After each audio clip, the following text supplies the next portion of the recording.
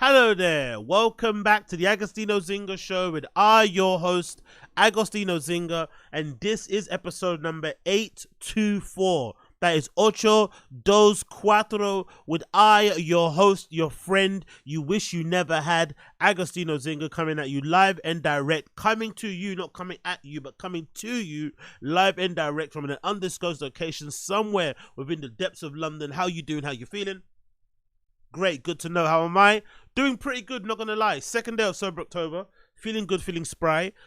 Went for a workout, went for a run, did my reading, did my blog writing, did my Substack shit, and you know what? My head is flipping throbbing. Not gonna lie.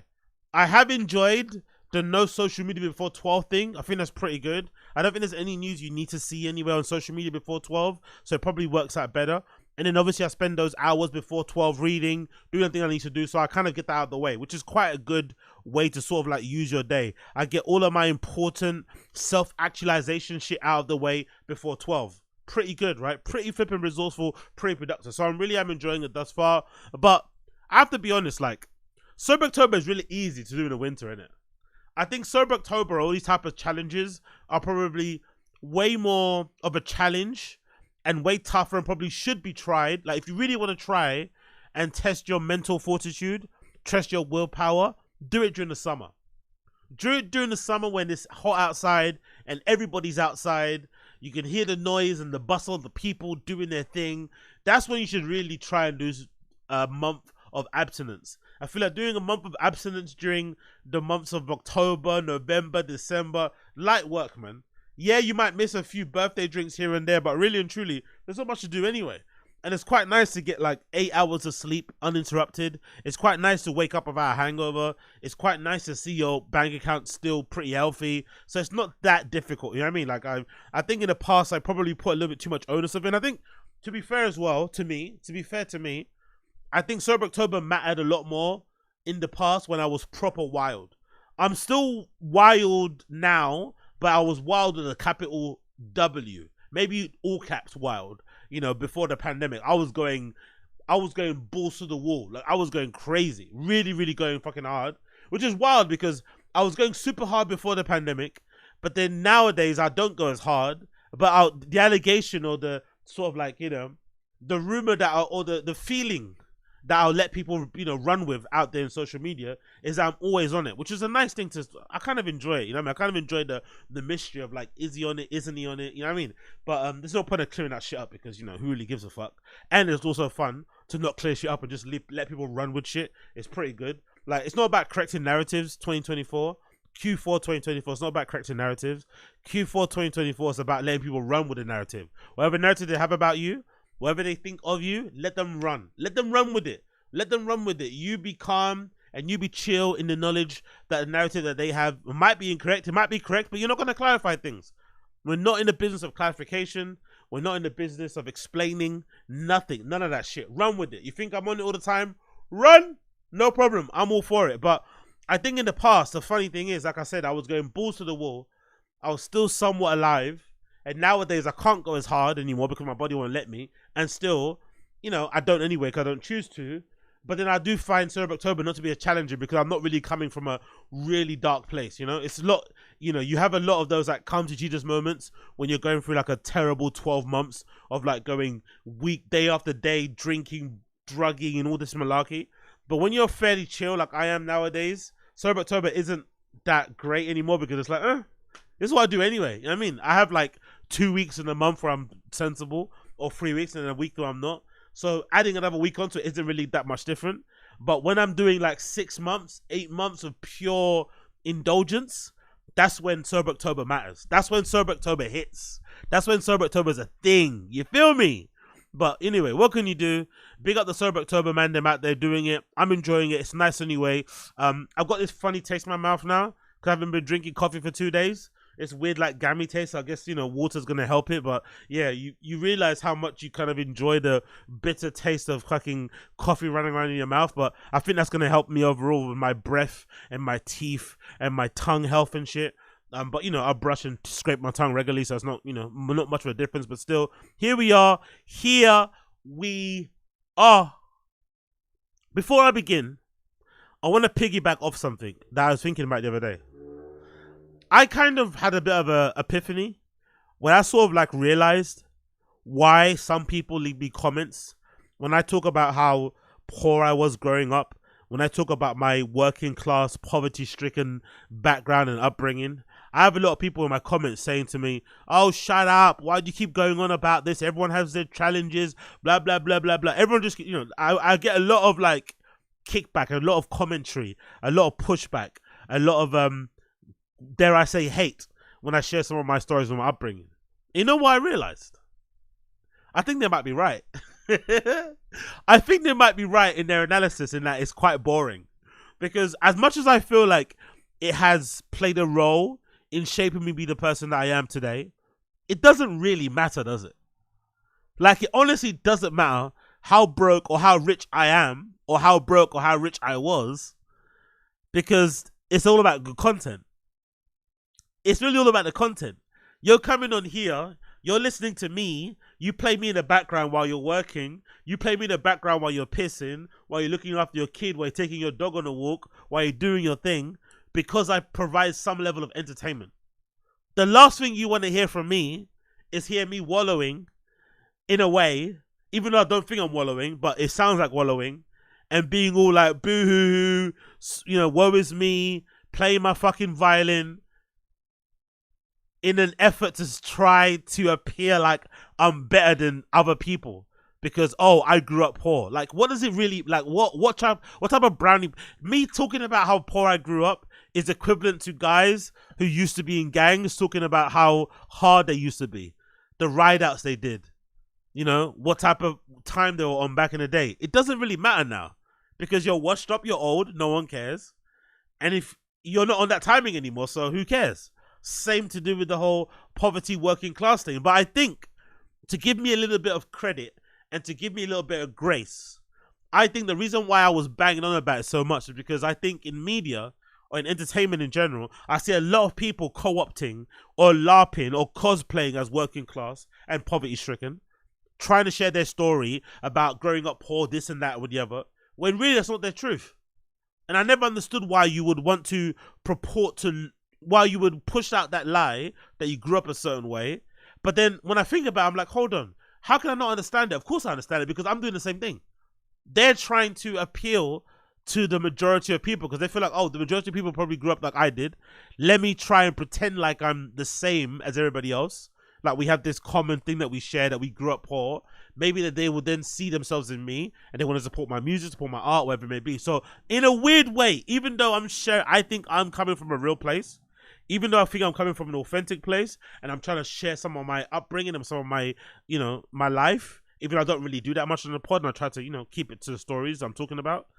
Even though I'm trying to share a bit of it, it does come across like I'm in a way like, what you call it? Like it's this form of virtue signaling. It's a form of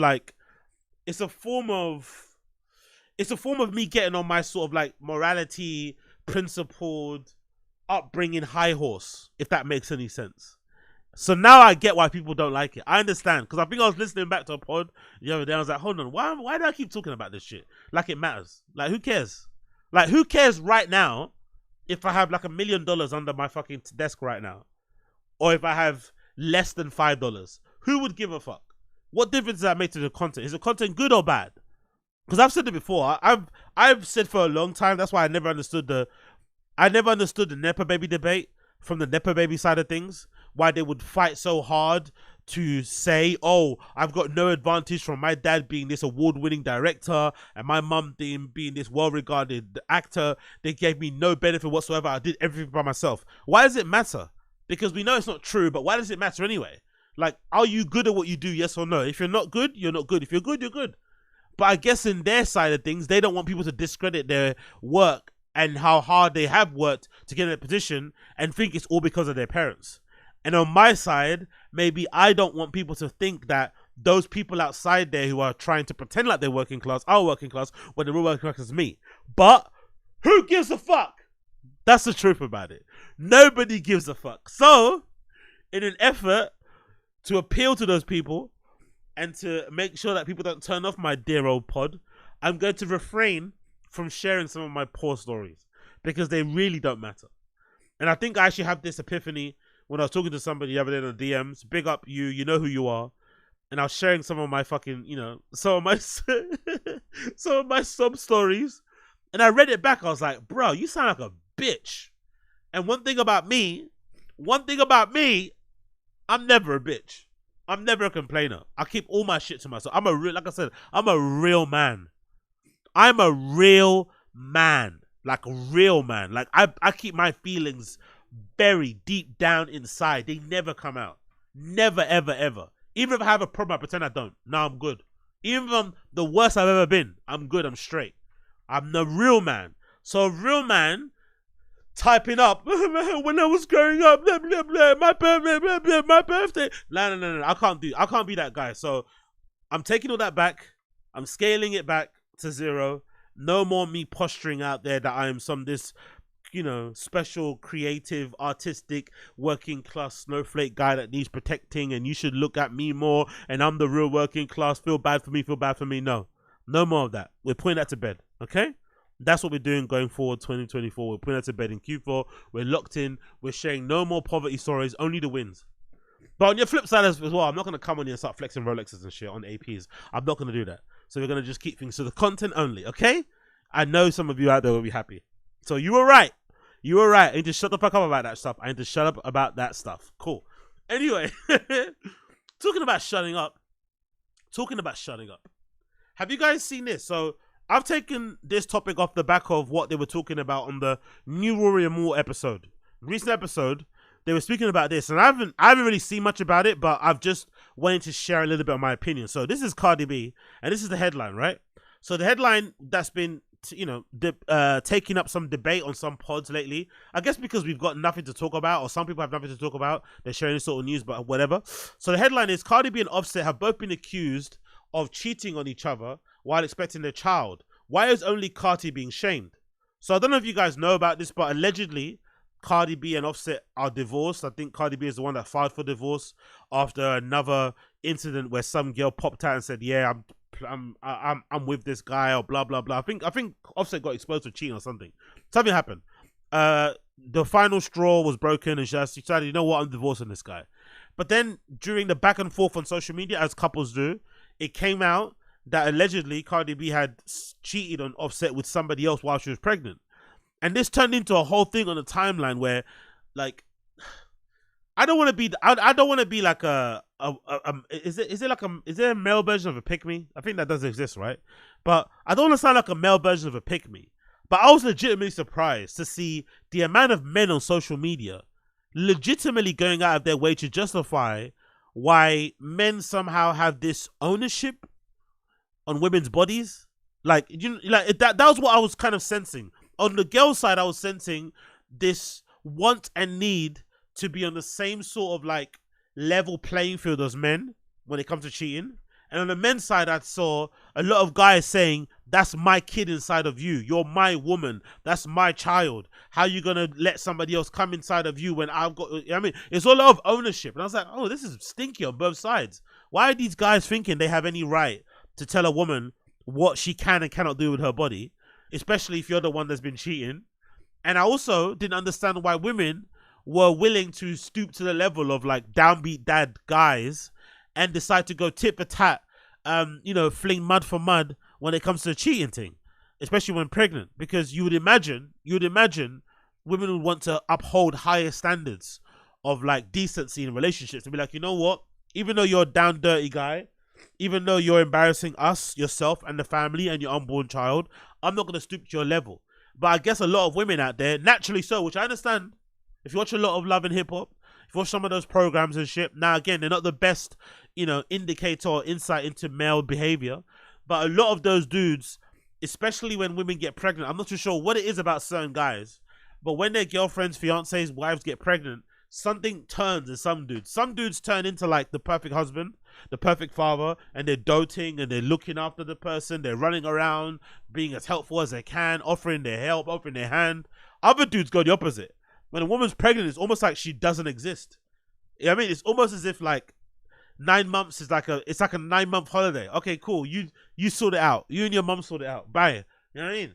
and they go out and do their business and cheat on you with 1 million people. So I found it very interesting and very rich that a lot of guys are having a lot of things to say about what Cardi B is doing or what she allegedly doing. I personally don't even think any of this stuff is real. I've got to put out my thoughts there in the universe. I think Cardi B is a master media manipulator in the same way that Nicki Minaj and all these other people are. I think the only thing that Cardi B is lacking is the music. I think she's very good at manipulating media for her, you know, to fit her needs and whatever. So I think a lot of this stuff is probably to do with the rollout. But unfortunately, I think if you're putting this much effort into an album rollout, most likely the music isn't good. But if it is true, I don't have a problem with it. I'm not gonna lie. Not to sound like a male pick-me, I don't have a problem with it. Because if you read between the lines, if you're on those hip-hop blogs and shit, you would have seen every other month, every other year. I think Cardi B might have got into a fight, if I'm not mistaken. Didn't Cardi B get into a fight with these 2 girls who were allegedly fucking Offset? So there's always been issues with them and cheating, especially on Offset's side. He's always had a wandering eye.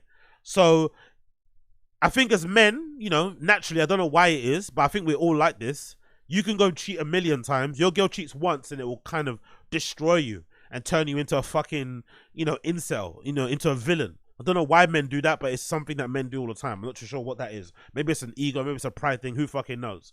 But I think in general, this relationship has been a bit, you know, it's not been the most loving relationship in the world. They've kind of done some odd shit to each other. So it's got to this point, And I think the whole like letting somebody fuck while you're pregnant thing, there's probably nothing scientifically, again, I don't know much about the women's reproductive organs and shit and whatnot, but I would imagine there's nothing, you know, medically wrong with fucking somebody else that isn't your husband or your baby's father while you're pregnant. I don't think there is. If anything, you read a lot of stuff in papers and shit and whatnot that women allegedly are way more horny when they're pregnant anyway. So maybe your sex drive is increased. So it's not that big of it's not that big of a surprise, sorry. But I guess the whole like letting another guy fuck you while you're pregnant thing it just feels wrong, doesn't it? Right? To most people, it just feels wrong. In the same way that, you know, after your husband dies, hooking up with his best friend. There's nothing wrong with it, you know, on paper, but it just feels wrong. So I guess you would expect, you know, women to maybe uphold higher standards than downbeat dad guys. But I also understand if you've been hurt 1 million times, if you've been scummed 1 million times, if you've been, you know, embarrassed 1 million times in public, you want to get your lick back. This is probably the ultimate lick back, to be fair. If your guys cheat on you 100 times, one way to get them back actually damage them and wound them for real is to obviously end it. You file for divorce. And then you obviously reveal that you slept with somebody else while you were pregnant. Like, that's an ultimate fuck you. And the funny thing is as well, from my experience, my limited experience with women, the funny thing is my limited experience with women is this. When women are over you, they're over you. So imagine that triple threat of not only the person divorcing you, not only them willingly offering up information that they fuck somebody else while they're pregnant, but also being over you, like draw a line under the sand. Because for most women, once they've turned that light off, that switch off for you in terms of fancying, it can never be turned on back on. It can never be turned back on again. Very rarely can it. In my experience, in my limited experience with women, I'll probably say 0. I've got zero W's in that column of somebody that you were into it with, you did your deeds and shit in the past, and then they decided, you know what, I'm moved on. I've had 0 instances where you've been able to turn it back on again. Unless they decide, but I'm saying, like, from a guy's point of view, like, you're trying to turn it back on. It doesn't happen that way. They have to decide, okay, you know what, fine, I'll give you something, and they turn it back on. But it doesn't work the other way. So Offset right now is probably spiraling, which is understandable. But you know, you have to pay the price, innit? I just think at the moment we just live in a weird world where people don't want to accept we have double standards when it comes to gender. But then I also believe that we should be trying to uphold each other to higher standards, you know? I don't think women should be lowering themselves to men's standards. I don't think men should be lowering themselves to women's standards on either side when things go wrong. But we're never going to get there as a society because we are fundamentally broken. That's why. Fundamentally broken. Talking about broken, let's go through this broken record.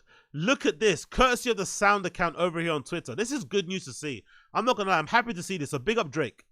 Allegedly, Drake has started his October today by unfollowing a few Instagram accounts. They include LeBron James, Playboi Carti, Kendrick Lamar, DeMar DeRozen, and Joe Budden. Finally, Drake has stopped being nice, has stopped being the cool guy, has stopped being the unbothered guy, and did something that I personally don't like. I'm not gonna lie. I'm not the biggest fan of men unfollowing people. I think it's a very unmanly GAY thing to do. I think you should leave that shit to the birds. Men shouldn't be that bothered about follows or who unfollow. Like, it's not. You shouldn't be caring. You shouldn't be checking your fucking follower list and like, who gives a fuck? I'm not a big believer in that at all, in the slightest. But I think when you're Drake, in this instance, this battle with Kendrick, if anything, what I actually like about Kendrick is that he stood on business about how much he hates Drake as a person, what he represents, who he is, his background, his upbringing, everything. He laid it out in all the tracks he put out there. He was very consistent about why he hates Drake. These other guys, for the most part, who kind of jumped on and became part of the 20v1, there really wasn't an issue from what we can be able to see. Most of it, if you read between the lines, might be because of some girl. But again, I think losing out on friendships with other men because of some random girl is an L for both parties involved. But the rest of them, it seemed like most of them were just really jealous that Drake is the #1 guy. That's it. They're just really jealous that he's the #1 guy and they want to be the #1 guy. And it's almost like, bruh, why is that the main concern? When from the outside looking in, it looks like Drake is very hospitable. It looks like he doesn't mind sharing hit records. It looks like he loves to put people on and shit. He's not even like what you would deem to be like, I don't know, most #1 people in that level would probably be very selective about who they work with. Drake doesn't mind working with SoundCloud artists, working with big artists, whatever.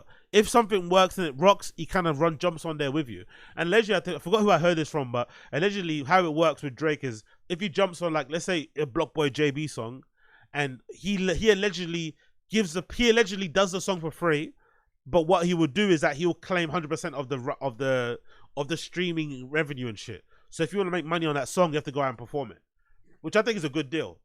Yes, he probably could cut you a little bit more in it, but I think him jumping on a song is doing you a bit of charity. But then you could also go perform it, and all around the country, and obviously secure the bag that way. So I think that's a pretty good approach that he's doing when it comes to that sort of thing, right? He's helping people out. But for some people, it's not enough, or maybe they want more. Who knows? But this is a definite line in the sand, and a definite you can't come back on this side anymore. And the funny thing is, Kendrick also isn't going to be the one that's going to be opening the doors for all these guys either. I very much doubt a lot of these artists will be featured on the next Kendrick album. That's a funny thing.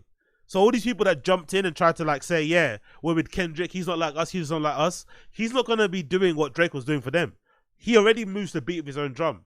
He hasn't even dropped an album. You know what I mean? Like, all of this attention and shit, all these fans get happy for music and we still don't have an album. No new music apart from the disc records that we already got from him. So I don't know. I really do like this. I think this is really good. And it kind of puts a line in the sand and allows us to sort of like, I don't know, semi-move on going forward. The Playboi Carti unfollow is a little bit upsetting, I'm not going to lie, because obviously I'm a big Playboi Carti fan. And I think a lot of it has to do with just him linking up with The Weeknd. The fact that he links up with The Weeknd, this track called Timeless, the fact that I think, if I'm not mistaken, I think Cash, one of the people involved in EXO, is Playboi Carti's manager, I think. I swear to God, I remember reading somewhere that I think Cash XO is Playboi Carti's managers now. So he's definitely part of EXO now, extended family. And the way Playboi Carti moves, he definitely does pick sides in these sort of battles anyway. So by default, he's picked a side by linking up with The Weeknd, because we know The Weeknd and Drake don't get along. And then we've also got LeBron James, which I'm happy to see as well, because he was very, very... he was very reactionary in his fucking flipping of sides.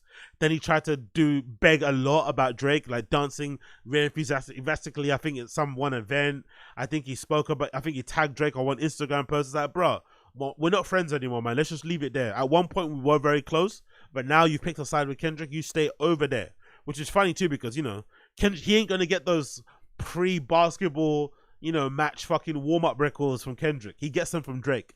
Those fucking locked in, motivational, hustle hard in the gym records, you don't get them from Kendrick, you get them from Drake. So now you cut off the entire line, because if it was me and Drake unfollowed me, I'll find it very hard to listen to his music in the gym. I'm not gonna lie.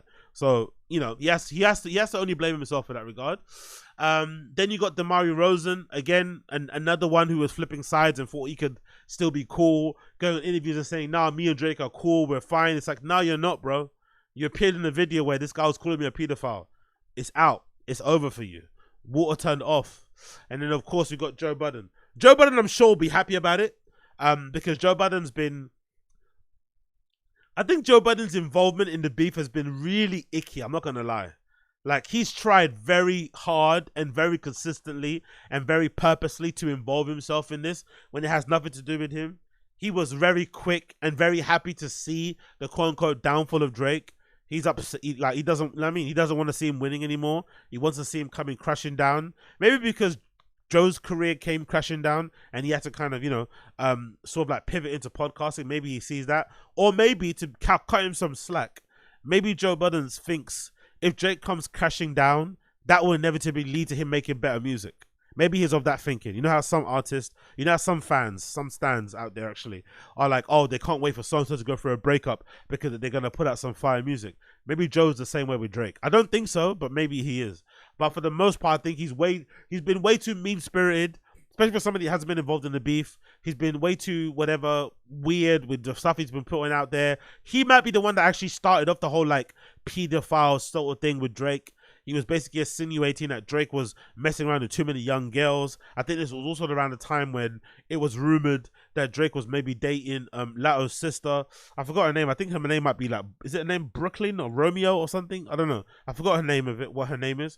But she's a girl that everybody kind of is like into at the moment. And everyone was rumored. It was rumored that he was dating her, and I think she might be younger than Lato. Maybe she's like in her early 20s or maybe late teens. And it's like, bruh, anyone else can say that apart from Joe Budden. Joe Budden's been known to be the guy, messing with super young girls while he was older. If anything, this girl he's with at the moment, this woman, sorry, is the first like woman of age that Joe Budden's been with. So for him to point fingers and call other people weird for dating younger girls when that's all he does, and also, if I'm not mistaken, Joe Budden loves a strip club. He spends all of his evenings in there.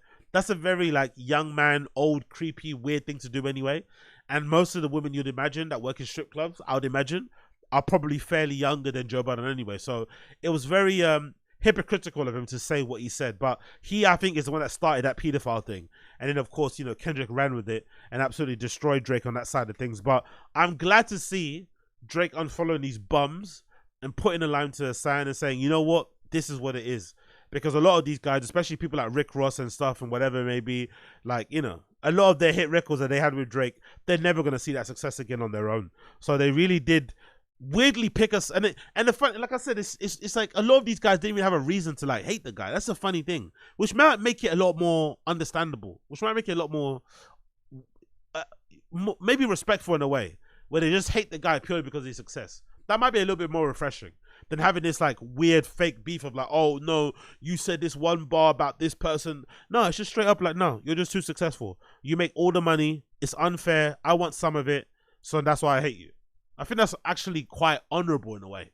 Sounds weird to say it, but I honestly think there's something quite honorable about being like, you know what?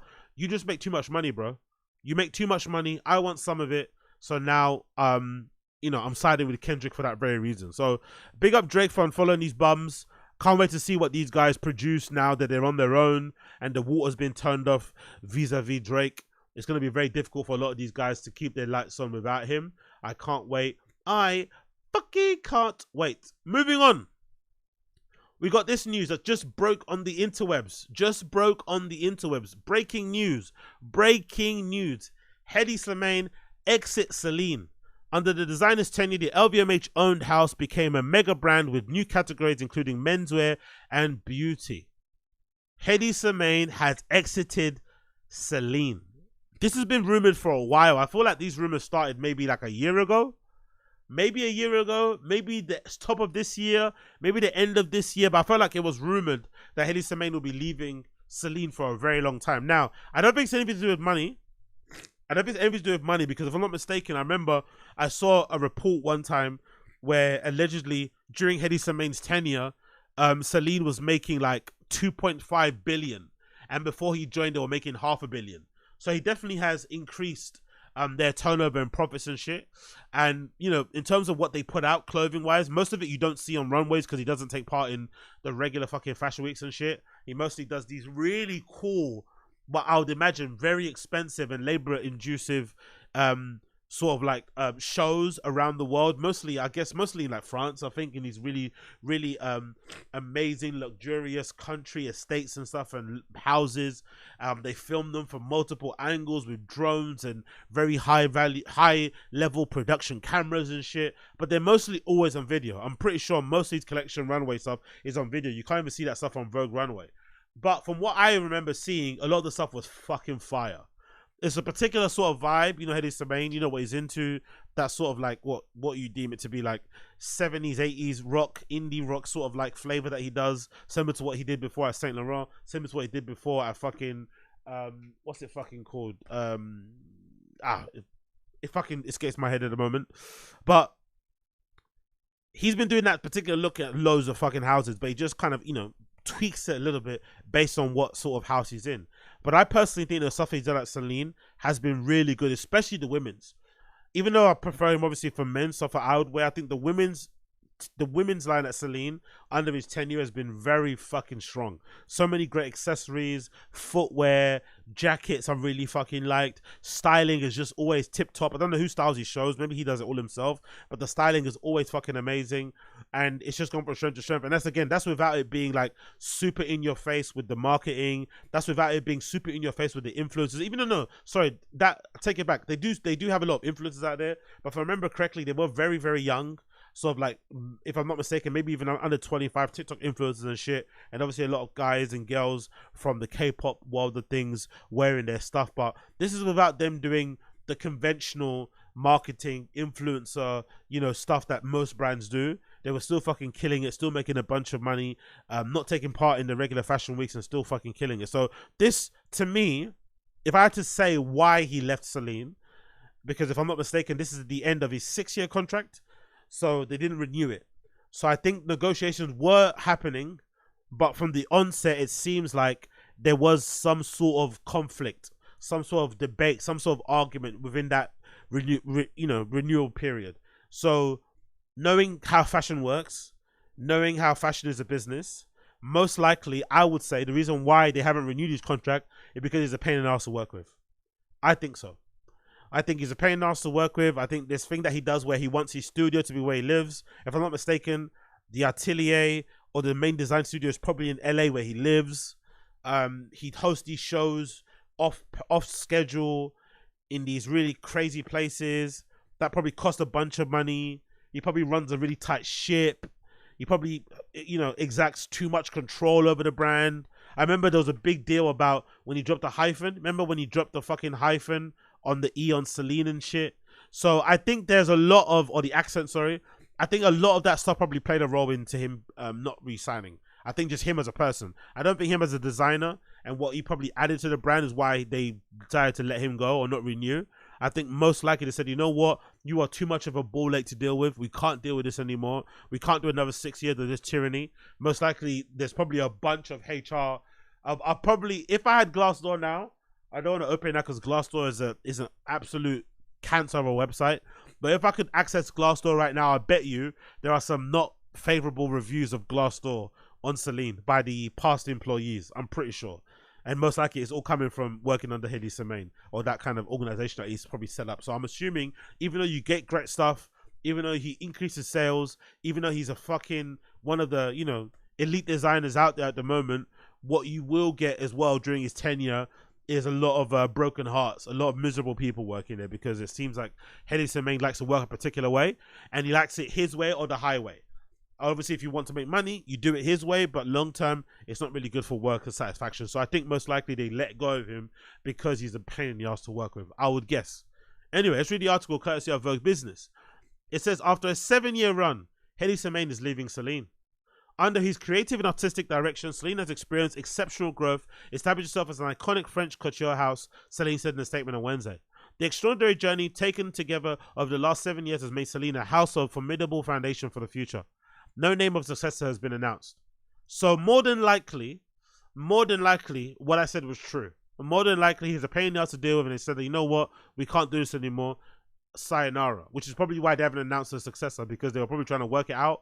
But then towards the end, you know what, we can't do this, which is probably why it was floated out there that, you know, he might be replaced, he might go somewhere else, because he probably wasn't getting what he was getting out. Most likely, that news of him not staying at Celine was probably coming from Hedi Slimane's side. Hedi Slimane's side of people, his PR probably leaked that news. Hey, he doesn't want to stay. Probably pointing out the feelers, pointing out the fucking signals, pointing out the smoke signals for other brands and other houses.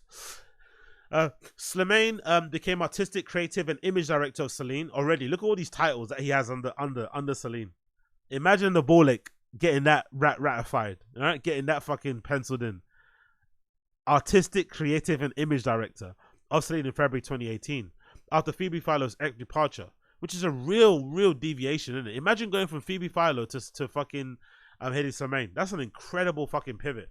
Very different. Which probably also explains why Phoebe Philo is struggling, if you think about it. Phoebe Philo left in 2018, or let's say before that, 2017. She then took an extended break. So then all those customers without Phoebe Philo, all those customers that were at Phoebe Philo's Celine, they had to go somewhere else. So they found other brands like the Row and whatever else. So then when Phoebe Philo came back with her namesake brand, there were no customers to kind of like come back to her brand, not at the same level, because in the time that she was away, they all found other brands, not just Celine, because obviously it's completely different, you know, artistic vision completely. So I might explain partly why she's struggling. Maybe that partly explains it. I could be wrong. Let's continue.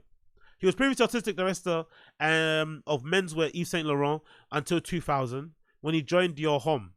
This is where he created the skinny silhouette that famously prompted Karl Lagerfeld to go on a diet.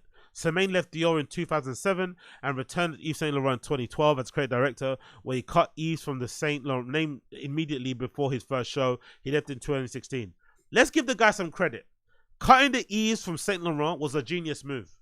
Especially when you remember how much of a genius Yves Saint Laurent was when he was alive. I think cutting that Yves from the name of it allowed other designers to come under and do their own thing, while still honoring the legacy of Yves.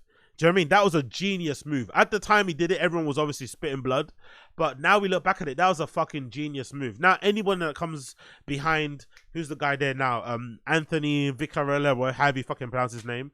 Everyone's going to give him a chance. You won't feel as much of a weight working under that house than if you did before, when it's just the full name on it. That was actually a genius move. I still say his best work, even more so than Dior Homme, even though a lot of the Dior Homme, Hedi Slimane stuff is still, there's still some legendary pieces till this day people are collecting. I think back to like one of the best things that I remember Hedi Slimane creating for Dior Homme back then was those, if I'm not mistaken, they were like silver sequin skinny jeans. Yo, like those, I still think about those pants to this day. That's one of my grails. They were like sequin all over. Like fucking delightful, fucking beautiful. But I still think Hedi Slimane at Saint Laurent was probably the best he's ever done. The best he's ever done. Hedi Slimane at Saint Laurent, the best work he's ever done. That was his magnus opus. The stuff there, from the fucking Wyatt boots to the fucking from the fucking motorbike pants, from the plaid jackets, from the leather jackets, from the fucking Teddy varsity jackets, like all of it is just top fucking notch, man. All that stuff is aged so great, so well, and most of that collection, if I'm not mistaken, was a genesis of starting loads of brands. You wouldn't have got Fear of God if it weren't for Saint Laurent. If it wasn't for Hedi at Saint Laurent, probably you wouldn't have had to represent. You probably wouldn't have Cole Buxton. You probably wouldn't have all these fucking shitty brands now if you didn't have fucking Hedi at fucking Saint Laurent. He birthed a lot of this fucking, that aesthetic. He birthed it completely. So big up Hedi, man. As Celine, he dropped the accent over the E in Celine and introduced a new logo before his first show. His debut show in spring 2019, where he added menswear, received a raucous chorus of criticism. Wrote the Washington Post Robin Gibbon. In a single evening, he has blown up everything that Celine was, flushed it clean. His name might not be on the label, but in every respect, the brand might as well be called Hedi Slimane. Gibbon wrote for Autumn/Winter 19, he shifted to a bourgeoisie French girl look. This time, it was a near, unanimous oui. So I think a lot of houses like this though. You know what? I think a lot of houses like this, similar to like football managers at clubs. I think football owners at clubs or football directors when they hire managers, football directors when they hire managers, I think they want them to do their own thing. Like even if a football director is like, hey, we want our team to be possession based, and they hire a possession based manager, they want you to do possession your way. They don't want you to come in and do it a particular, route one football, but they want you to do your version of possession based football. Same goes for fashion. I think when these big fashion houses hire these fucking designers, they don't want you to just like, take the codes and just sort of like do it in your own voice. They want you to do your voice under the brand.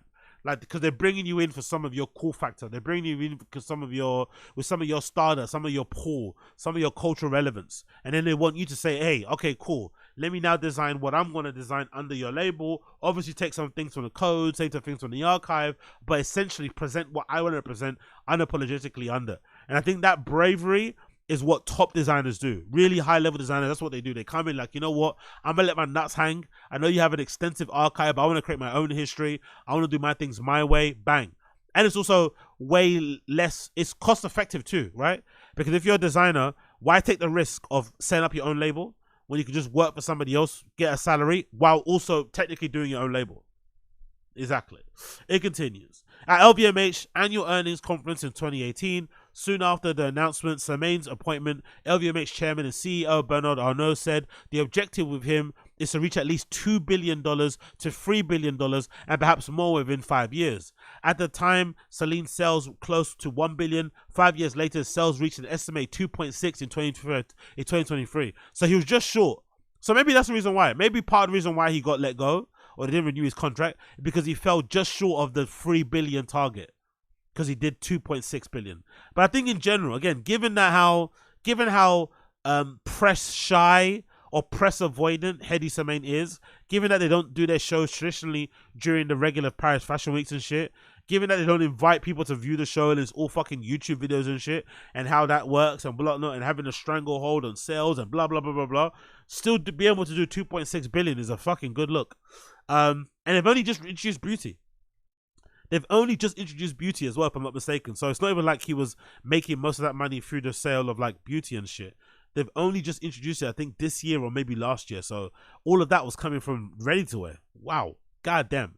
Making LVMH's third largest fashion brand, after Louis Vuitton and Dior, overtaking Fendi in terms of revenue. Slimane oversaw the introduction of Celine's fragrances in 2019 and makeup initially in the form of lipstick line that's slated to follow in the autumn. So yeah, beauty only is introduced this autumn. Jesus Christ. Having shied away from the press from the start of his company, Slimane more or less stopped doing live runway shows after the pandemic, even after other designers in LVMH stable resumed regular shows. Although he receded from public view, his amalgam of Parisian haute bourgeoisie and Los Angeles rock glamour remained persuasive vision. I imagine, bro, he's not even living in Paris, I don't think. I swear to God, he lives in LA. Because I'm sure I've read reports of him like attending like random indie shows to go and do his casting and shit, to find like hot skinny guys and girls for his shows and whatnot, and to hang out with him. Again, quiet is kept. I'm actually surprised no funny business has come out about Hedi Slimane. Maybe he's well behaved, but not to put any smart in his name, because he's one of my idols and I fucking love him the same way I love Hiroshi, Rick Owens, Jun Takahashi and shit. But I'm actually surprised there hasn't been any rumors or news of Hedi Slimane being a bit of a creep, because he loves hanging out with young kids. Like, he's always about, like, he actually might be a really good A&R. He actually knows, he's plugged in. He knows all the big popping bands are happening, that are bubbling on under the surface. He goes to a lot of these indie shows, synth pop shows, hardcore shows. Like, he's there, he's in the field. So I wonder if that's just him just being a fan of youth culture and just hanging around, or if he's actually there to, like, pick up some boys. It continues. In December 2022, Slimane chose Los Angeles, a city where he lived and worked as Saint Laurent's creative director, for his first physical runway show since the pandemic, titled Age of Indiness. If Slimane is ever going to step out of his opinions brand, his nostalgic collection would surely be the basis, wrote Vogue's Christine Binkley. Still standing free from the fashion calendar in early September, he unveiled his Spring 2025 collection in the format of a 13-minute film that he directed called The Bright Young. This past weekend during Fashion Week, he also released a Spring 2025 film titled On un et français. Un et français. The designer sent out a tweed-heavy collection, prompting commentators to believe he's leaving Chanel, which is yet to appoint a new designer. So, this is interesting, because now I'm finding out, actually, I was wrong. He does show his shows during the fashion weeks. He just doesn't show runway shows. So they just always release as films on YouTube and shit, or live stream on his Instagram account, which is still kind of the same thing I said, but just to clarify that, he does actually still present during fashion weeks, just not with normal shows that you could be invited to. They're usually in these like amazing, like literally amazing, crazy houses.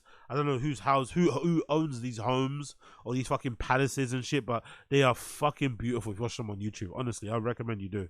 Celine continues to make strong progress, said Arnaud during the LVMH annual meeting in April. Celine is chic, hip, sexy fashion for young people, even if the prices are what they are, and it works. I was in Japan last week with Delphine Arnaud, and I could see that in front of the Celine boutiques there was an incredible line, up to 2 hours.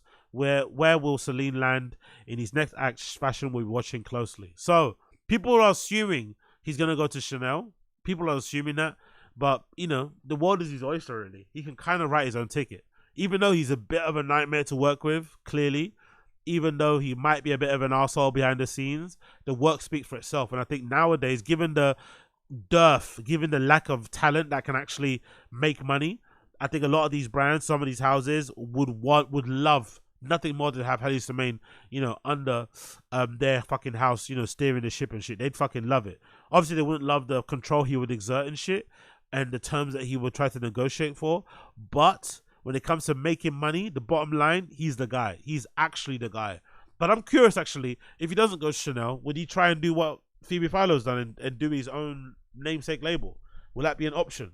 Because if he does his own namesake label, he could legitimately move to the beat of his own drum and do everything the way he wants to do it. Whether it's dropping one collection per year, one collection, you know, 2 collections per year, 3, 4, whatever. He could do it any time, off calendar, off season, whatever. He could decide how he fucking presents it. Is it done in the form of zines, videos, long form things, whatever? Who fucking knows? I'd actually love to see that. I'm not gonna lie. I would actually love to see Hedi Slimane namesake label. Like, imagine having a leather biker jacket with a label that says Hedi Slimane in this really crazy, amazing font that's been fucking designed by Johnny Ive or something. I'd fucking love to see that if that's possible. But let's see how it plays out. Big up Hedi Slimane. Big up blood clot Hedi Slimane. Continuing on. What do you guys think about this? Heartbreaking news. Rich Homie Quan died from a fentanyl overdose. Other drugs were involved too. So, as you guys know, legendary artist, Rich Homie Quan unfortunately passed away a few weeks ago. And now I guess it's been revealed that during the autopsy that he did die from an accidental fentanyl overdose. R.I.P. to Rich Homie Quan, man.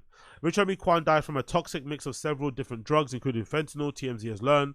According to the Fulton County Medical Examiner in Georgia, the late rapper died from a combined effects of fentanyl, alprazolam, codeine. Is alprazolam Xanax? Is that what that is? What's alprazolam? Is that Xanax? Yeah, Xanax, right? It's a form of Xanax, I think. Is that Xanax? Let's see. Is alprazolam is Xanax? Yeah, okay, it is. So Xanax is, I guess, the brand name, and alprazolam is the medical name. It's a medication that treats anxiety, your healthcare. Jesus Christ, bro, the pills that these guys pop. So in his system, he had fentanyl, alprazolam, codeine, and promethazine. His death is being ruled as an accident. That's a lot of shit in it. That's a lot of like kind of uppers, kind of downers. Kind of uppers, counter downers. Mostly downers, I think, right? Because codeine, I think, would be classed as a downer. So would promethazine. But that's a mad mix, man. Again, like, we are so lucky in the UK and in Europe overall that prescription drugs hasn't taken a hold of us. Maybe in other parts of Europe, maybe I don't know why, but I could imagine for some reason Scandinavia having a bit of an issue with prescription drugs. But we are so lucky in the UK alone that we don't really fuck with prescription grubs like that. Prescription drugs, not grubs like that, honestly. And we're so lucky also that fentanyl hasn't become a big thing. I've always been curious about that, by the way. Like why fentanyl hasn't really been a big thing here. Because in the UK, people love to cut their drugs with like, or dealers love to cut their drugs with like absolute bullshit to try and get the most out of it, or to try to artificially increase the effects of what they're making, whatever it may be, right? Whatever they're selling. So I'm surprised that fentanyl never really took off in the UK like it did in America. Because if fentanyl took off in the UK like it did in America, oh, people would be dying here, left and right. Left and right. People would be dropping like flies if we had the same fentanyl issue that they have in the States. Like, we are so lucky. We're so fortunate. That's why my heart goes out to anybody in the States who is a fan of drugs and does, you know, maybe dabble in recreational drugs use and shit, because you are really rolling the dice with something. Unless you know your dealer intimately, unless you know them intimately, like you have direct information about where they're getting their stuff from, you are really rolling the dice if you're buying drugs in the States. Really rolling the dice. You have no idea where that stuff's coming from. You have no idea if it's good. Like, you don't know. You're just hoping. You're hoping everything's okay. That's what you're doing. You're just hoping. Just hoping, praying everything's okay. So I really do fucking pray for all my fellow ravers and shit out there, man. It must be fucking difficult. Honestly, I really, really pray for you motherfuckers. It continues. Medical examiner reporter obtained by TMZ also notes Rich Homie Quan showed no signs of trauma when his body was found dead and examined. The dead, how he's found as well was really heartbreaking. I read a story where allegedly he had been up the whole night prior, and he does that often, and he slept on the couch, and his wife picked up the kid. His wife took the kids to school, and then she just covered him with a blanket like she usually does in the morning, because he's usually sleeping on the couch. And when she came back, he hadn't moved. He was still in that same position. That's when I realized he was dead. No, people out there are blaming her. Oh, she should have been more attentive. It's like, bro, like, this happens like probably every single day for how many years, where she's always kind of come downstairs and found him lying on the bed. You know, the last thing you want to do when somebody's sleeping in that position is just want to wake them up unnecessarily. Just cover them with a blanket, make sure they're warm and shit, and then go about your day and come back, and usually they're probably up and running. And that one day that she didn't double check on him, he didn't wake up again. Like, so I don't think she's to blame. I think the only person to blame, unfortunately, is obviously Rich Homie Quan. But he also isn't to be blamed, because he was just doing what he usually does. But unfortunately, the drugs that he took that particular day were laced with fentanyl. And unfortunately, you know, it was very, very fucking fatal. Rich Homie Quan's toxicology reports also revealed that he had THC in his system, but cannabis not what killed him. It was the other substances. Fucking hell, man. Jesus. R.I.P. Rich Homie Quan. R.I.P. Rich Homie Quan. Continuing on. Bad news for Chris Brown fans. Bad news for Chris Brown fans. Chris Brown's domestic violence documentary announced by Quiet on Set Network ID as new accusers come forward. I felt like in the last few years, Chris Brown has, especially in the last few years specifically, he's really moved past that whole Rihanna episode. Because I feel like, although he's had other instances of domestic violence and what you would deem to be like aggressive behavior against women, you know, after Rihanna, I feel like the Rihanna thing has finally kind of like left him now that he's in this period of his career. I feel like, I don't know why, maybe I'm reading too much into it. Maybe because I'm a fan of his music, maybe because I keep an eye on his live shows and I've seen some of his followers on social, but I feel like now there's less of a conversation around Chris Brown being an abuser. But this is probably the worst timing possible, because just as people are starting to, like, I won't say forget, but kind of move past it, now this documentary comes up to drudge up all the old stuff and to probably announce new accusers as well. You're probably going to say some not so nice things about him, which is wild. And, you know, even if you're a fan of Chris Brown, you can't say this isn't true, because him as a person, he is kind of hyper. He is maybe sometimes aggressive and very bossy. And we've also known, unfortunately, since his time with Rihanna, he has got into a lot of unpleasant exchanges with women, online, offline, whatever. We've seen it. So this does seem to be somewhat believable. And like I said before, it's the worst timing ever, literally. I think he just went on tour as well recently that sold out and did really well there. He's been putting out a few albums that people have been loving, you know, usually 100 tracks each, but still people like them. So if ever there was worst timing, this would be it. But I guess if you're a victim of his, you're probably going to think this is great timing because people are going to finally hear your story. Let's scroll down. Chris Brown's legal troubles and history of abuse is the subject of a new documentary from the investigation Discovery, the network behind the Nickelodeon child abuse expose Quiet on Set. Out on October 27th, Chris Brown, A History of Violence. Wow. It's called Chris Brown, A History of Violence. What a title, bro. They're burying him, innit? Chris Brown, A History of Violence. Fucking hell. I wonder if they'll include the Frank Ocean thing in there. That would be fucking hilarious if they include that in there. Will launch ID's third annual No Excuses for Abuse campaign. The doc will explore the legal issues faced by Brown, the pop star behind the star songs such as With You, Forever, Under the Influence, which include domestic violence and assault charges and sexual assault allegations. Brown's troubles date back to 2009 when he beat up then girlfriend Rihanna, causing several facial injuries that required hospitalization. Brown pleaded guilty for felony assault and accepted the plea deal. In the years following, Brown pleaded guilty to a separate assault that was sued by a woman alleging sexual assault. The lawsuit settled out of court, along with a variety of other issues. I remember recently seeing, I'm not gonna lie, the picture of Rihanna, with her injuries and shit. And I don't know why, but it struck me. I was like, raw Ted, bro. He really fucked her up, innit? And that speaks to talent. That speaks to pretty privilege and talent. Because really and truly, if he wasn't as talented and maybe as good looking as he is, he would never have survived that. That woman looked like she had been like thrown down a set of stairs, bro. And when I was looking at it a bit more closely, I was thinking to myself, you know what those injuries look like? Now that I have more knowledge of, like, now I'm a fan of the UFC and I know what kind of injuries look like and shit. That looked like elbows. Looking at those injuries, a lot of that shit looked like elbows. I feel so shit. So he was she's sitting in a passenger seat. He's driving, left hand drive car, right hand dominant maybe he's right-handed. Imagine if he was just elbowing her in the face super hard while they were arguing in a car. Because I remember people saying at the time, that was Rihanna when she was at her most like cunty, bossy, sharp. People were saying, oh yeah, what did she say to him though to get him to that level? What did she say?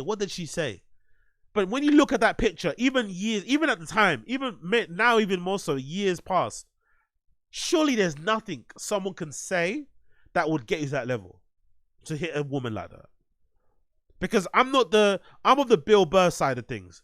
I'm not a believer that there's nothing a woman can do that justifies them getting hit. I think that's stupid. I think obviously anyone could do anything that would make you snap. But I don't think words should get you to that level. I always find it weird how like certain black people are like, oh, when someone says nigger, they like turn into fucking the Incredible Hulk. I always thought that was really strange. Like one word someone says to you, like, it's like, what? Like, I don't even, like, someone just screams that to you outside in the car, that doesn't mean much. It's just a word, right? But when they say it in context of something else they're saying, cool, there's another issue. So I don't think there should ever be a thing that someone can say to you that will get you from being like chill to suddenly like smashing your elbow into their face while their head bounces off the fucking backseat of a car, off the headrest of a car. It shouldn't happen that way. And that's what you saw with that picture. You're like, rotted. And the fact that there was never a corroborating, because I remember a lot of people saying, oh yeah, Rihanna's also kind of like violent. They had a very violent relationship. There was never a tit-for-tat picture. Because if I was Chris Brown's defense, and that was the case, imagine they had actually a mutual physical relationship, right? If I was Chris Brown's defense, I would have put out his face. I would have put out his fucking, mugshot straight away of his face covered in scratches and bruises too, to prove that, oh shit, they were going at it and he just got the better of her. Still, you don't get bonus points for it, but at least. But the fact that it never happened is proof to me that he was wailing out on her too bad and it went that way. And you actually have to give Rihanna a lot of credit for forgiving him and moving on. But it also goes to show you how triggering that was, because a lot of women have never moved on. Even though Rihanna's clearly moved on and she's forgave him for that, she said it in interviews, they hug publicly, clearly there's not an issue between them. Women have never moved on. A certain portion of women have never moved on from there, and I've hated Chris Brown ever since. And some women, I feel like, have doubled down on their love for Chris Brown, because I guess that was like the human side of him, and maybe a lot of women have maybe been involved in their own domestic violence abuse. And as we've seen when I was speaking about the Mo Lolo and Ian Connor situation, a lot of people are full of shit. people will say certain things are a red flag, certain things I would not expect in a man, but then in their real life they accept mad things. So maybe a lot of women that were doubling down and being fans of Chris Brown were like, you know what, this is what guys do. This is what happens in relationships. So this is not a shock to me. But I think to everybody else that saw those pictures, it was like, fucking hell.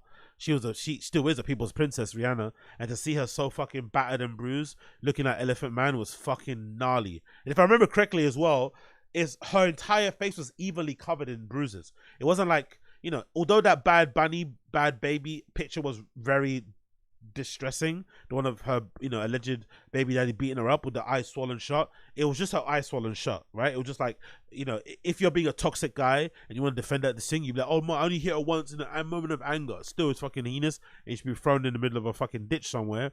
But the Chris Brown thing, the why it was really disturbing was like her entire face was evenly covered with bruises and marks and shit. He was really going in on her super, super hard. And you'd imagine a lot of those domestic violence issues like that in other walks of life, those things end fatally. So it's probably by the grace of God that she's still with us at the moment, honestly, because she looked like she legitimately went, you know, fucking 10 rounds with fucking John Jones. It was fucking wild. But yeah, Chris Brown is not going to be happy about this one.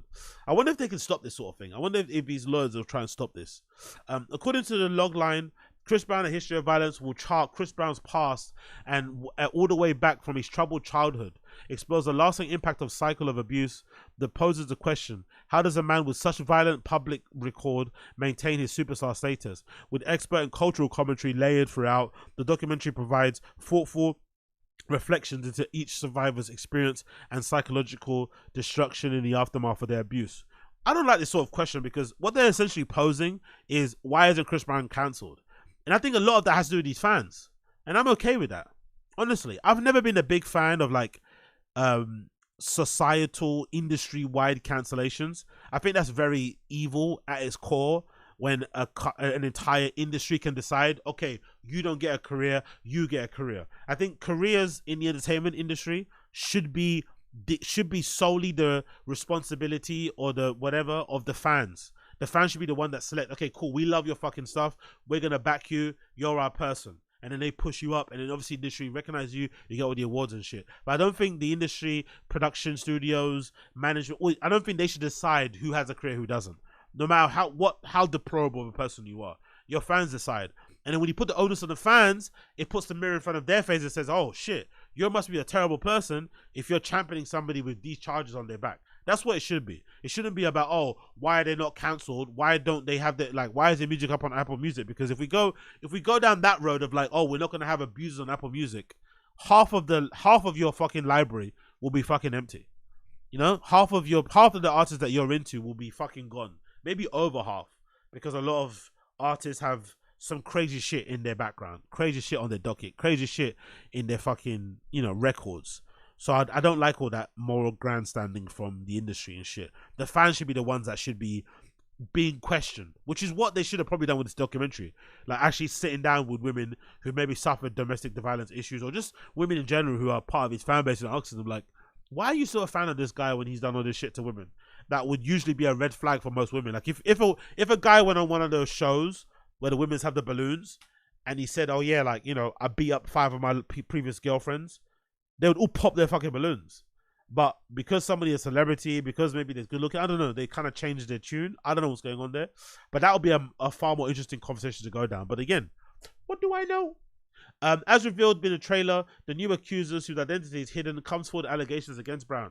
I have not spoken out about this matter publicly, but this is the only way that it can be stopped. Jesus Christ. So this person we have never heard from is going to share their experience with Chris Brown in this documentary only. God almighty. Immediately following the documentary, which airs on October 27th, The View co-host Sonny Houston will lead a conversation about intimate partner violence. They're going to have a discussion about this on The View. Fucking hell. I wonder why they're trying to end him now. Interesting. I wonder what's going on here.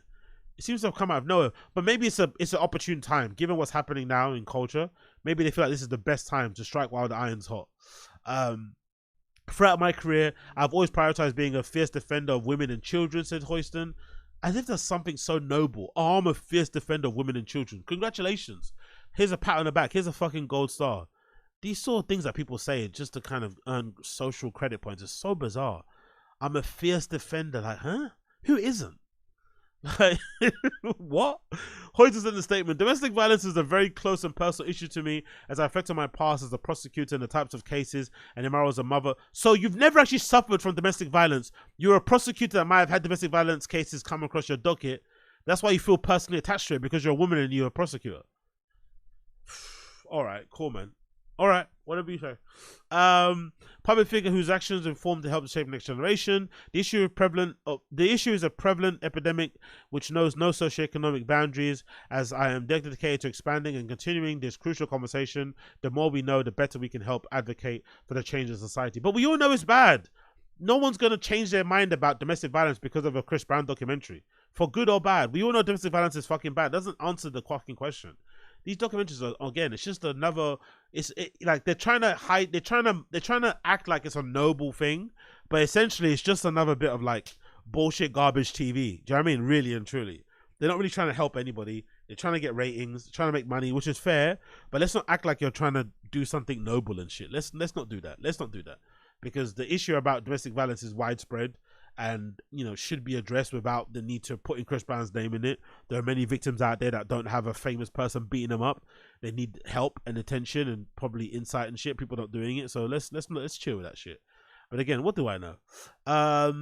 Blah, blah, blah. With Quiet on Set, The Dark Side of Kids TV, ID investigated the alleged child abuse took place behind the scenes at Nickelodeon. In that doc, Drake Bell revealed himself as the victim of Brian Peck, who was arrested in 2003 for sexual assault in the 15-year-old Drake and Joss. Next, ID will release a docuseries about Sean Diddy Combs, who's recently been charged with sex trafficking cases. So they're going through the whole docket of garbage men. First, it was that guy from Nickelodeon. Then it's gonna be Chris Brown, and then fucking Diddy. That's some company to be in. That's horrible companies to be a part of, innit? Diddy and the Nickelodeon guy. God damn. Watch the trailer below. Cool. Coming out on the 27th. Keep an eye on it if you're that way inclined. If you feel like you're interested in it, keep an eye out for it. You know where it's gonna be. You know where it's gonna be. Continuing on. Woo! This is a crazy one. 120 additional sexual assault lawsuits to be filed against Sean Diddy Combs. You heard that right. 120. I feel like one of those announcers during the darts. 120! Like, fucking hell. If you didn't think it was over, it's over now. Especially when you find out that one of the victims was as young as 9 and 14. It's a wrap. Turn up his lights. Turn off his lights. One was as young as 19 and 14. Fucking hell. And if I'm not mistaken, they've also set up a fucking a line for you to call. They set up a hotline. If you've got an accusation against Diddy and you want it to be kind of vetted and kind of, you know, explored and maybe added to the other 120 lawsuits, they've got a hotline you can ring. A hotline. A Diddy freak off victim hotline. Fucking wild. Oh my god. So, courtesy Washington Post, a team of lawyers announced on Tuesday they'll be filing more than 100 sexual assault lawsuits against Sean Diddy Combs, a massive legal action that appears to have few, if any, precedent in the Me Too era. The lawsuits would exponentially increase the number of sexual abuse accusations against the embattled music producer commonly known by his stage name Diddy. So this is the first. So even more so than Weinstein, who probably has loads of victims, and you know, people have always said with Weinstein, which I believe too, that most likely, because he was a man of his word, oddly enough, if you did suck his horrible fat dick, then he would actually put you in a movie. So a lot of people were reluctant to come forward because he actually did help them with their careers.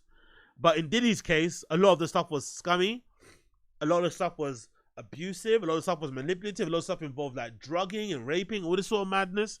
So there's legit victims out there, and I think I read one report where a lot of the people were basically saying the same line, where they were invited to the studio to make music. Imagine that's the thing that's kind of broke my heart the most, because I feel like if you're involved in that sort of like kink lifestyle, in that alternative sex play lifestyle, exhibition lifestyle, and things went a bit left, I wouldn't say you can understand it, but you know, there's sort of like that path isn't the most safest. You know, you're gonna run into some issues along the way. You have to keep your head in a swivel, but you can understand why those issues would happen in that sort of like world. But I felt the worst for people who allegedly were reached out to by a member of Diddy's team to work on music, went to go work on music, took one sip of a drink, woke up and then had no panties on. That sort of shit is dark beyond dark. Like, I feel so bad for people like that. My heart breaks. Like, you legitimately go for one thing that has nothing to do with the other thing, and then you wake up and you've been abused. You think so anyway. You're not too sure because you've been drugged with ketamine and GHB and shit. It's like, oh my God. The biggest secret in the entertainment industry that really wasn't a secret at all was finally being revealed to the world, says Tony Busby, one of the lead attorneys at the Houston News Conference. The wall of science has now been broken. Jesus Christus, they're going hard. The wall of science has been broken. Plaintiffs will also be represented by Andrew Van Arsdale, who previously represented hundreds of victims of sexual abuse allegations, lawsuits against Boy Scouts in America. Wow. He called the forthcoming filings unprecedented in scope in an interview with Washington Post. Van Arsdale said Combs' alleged victims include roughly equal number of men and women who ranged in ages between 9 and 38 at the time of the attacks. The alleged assaults spanned 20-year period from the 2000s to the 2010s, when Combs was at the height of his popularity. The victims felt compelled to come forward after Combs was arrested and denied bond last month. Van Arsdale said, explaining that the criminal charges validated their experiences after many victims spent years blaming themselves. The victims range in age from 9 years old to 38 years old at the time of the attacks. It's over. It's over. The only people I've seen, and I'm not gonna lie, maybe it's the contrarian in me, but I've actually legitimately enjoyed listening to people try to defend Diddy, especially within like the black hip hop podcast space, predominantly like podcasts like Joe Budden's podcast. Hearing people like Ish try and defend Diddy has been interesting to listen to, because I feel like a lot of the defense of Diddy is mostly down to him being rich and famous. It's not really down to people actually thinking he didn't do it. It's more so like, oh, he's rich and famous, so why would he need to do that? Everybody involved was in on it. Everybody involved was down, and now because he's down himself, they're seeing an opportunity to kind of get some money. That's the kind of thing they're going with. And it's like, maybe you could have said, maybe there's a, weirdly enough, right, as toxic as this may sound, that's actually an angle you could realistically go down, or a path you could go down with Cassie. Even though she's an actual legit victim, and we've seen video proof of her being beaten up by Diddy, if you wanted to do the whole like, oh, they're just in it for the money, you could do that with Cassie. In a weird way. It would actually hold more weight with her, because she was with him for ages. You can maybe say, oh, she turned a blind eye to a lot of the abuse. She was okay with it at the time because it was paying her bills. Allegedly, there's a story that she was planning to write a tell-all book, and then Diddy refused to pay her out for it, which is why she filed a lawsuit in the first place. Like, you can actually point to her as being maybe money hungry and doing it for the wrong reasons. But once everybody else lawsuits comes out and you start to read what they actually went through, I don't think you could kind of continue on with that defense. It starts to sound like, nah, the Diddy that we knew in public was one guy. The Diddy that we knew that put out music was one guy. But the Diddy behind the closed scenes, behind closed doors, was a completely different person. That's what we're getting now. We're getting the reality of the matter, that he was literally two different people. We saw this one side of him and another side of him. And I also hate people who are out there saying, oh, I always knew. I always knew. No, you didn't. Most of us didn't. No, you didn't. Fuck off. You didn't.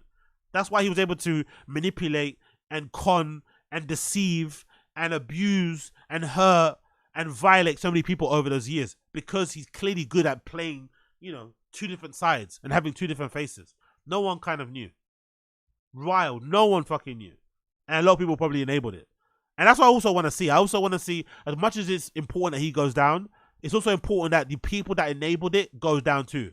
The people that went to the labels, who were fucking organizing, you know, taxi rides and airport transfers and shit for fucking people that were coming down, clearly down to have fucking freak-offs, or didn't know they're having freak-offs, especially if they were like underage and shit. You deserve to go down also. If you're the one fucking not giving somebody a heads up, not telling them, hey, don't come down, or giving them a fucking little note or something, just letting them go and walk through those doors, knowing clearly what was going on the other side was going to be fucking hurtful. Like, you deserve to go down also, I would say. But again, what do I know? It continues.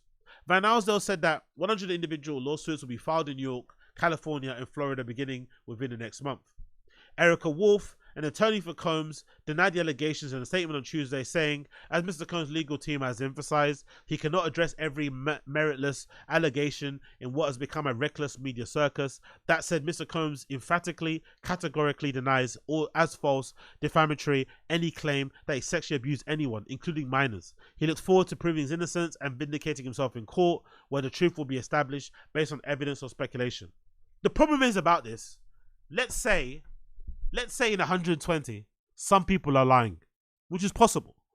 Most likely, if you're a law firm and you are deciding to take on so many cases, you're going to try to vet most of these accounts as much as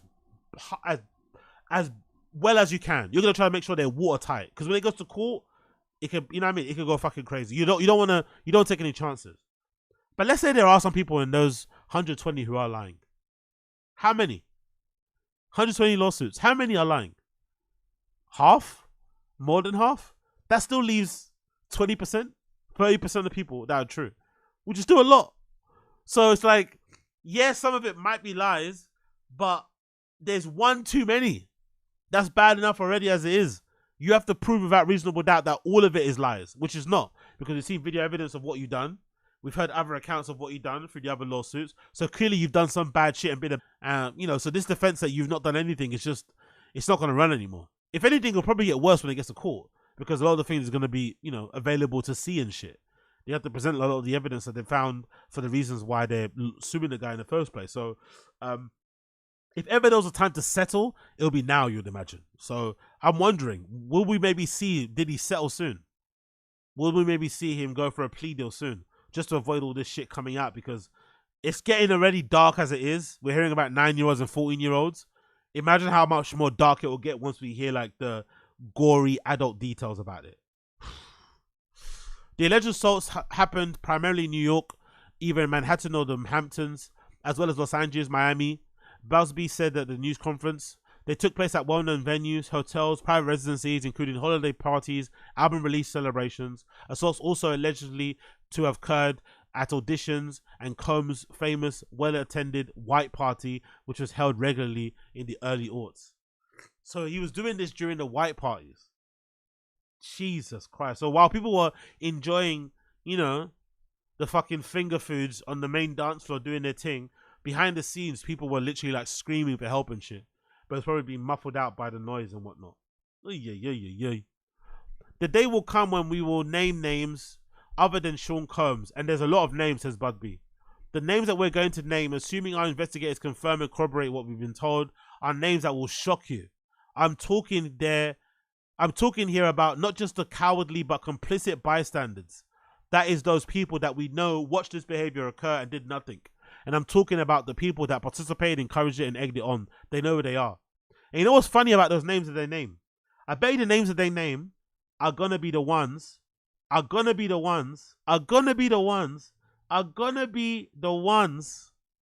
who are the most virtue signaling types. The ones that are always talking about helping people. The ones that are always fucking tweeting some sort of fucking hashtag. I bet you those are the ones that are gonna be named.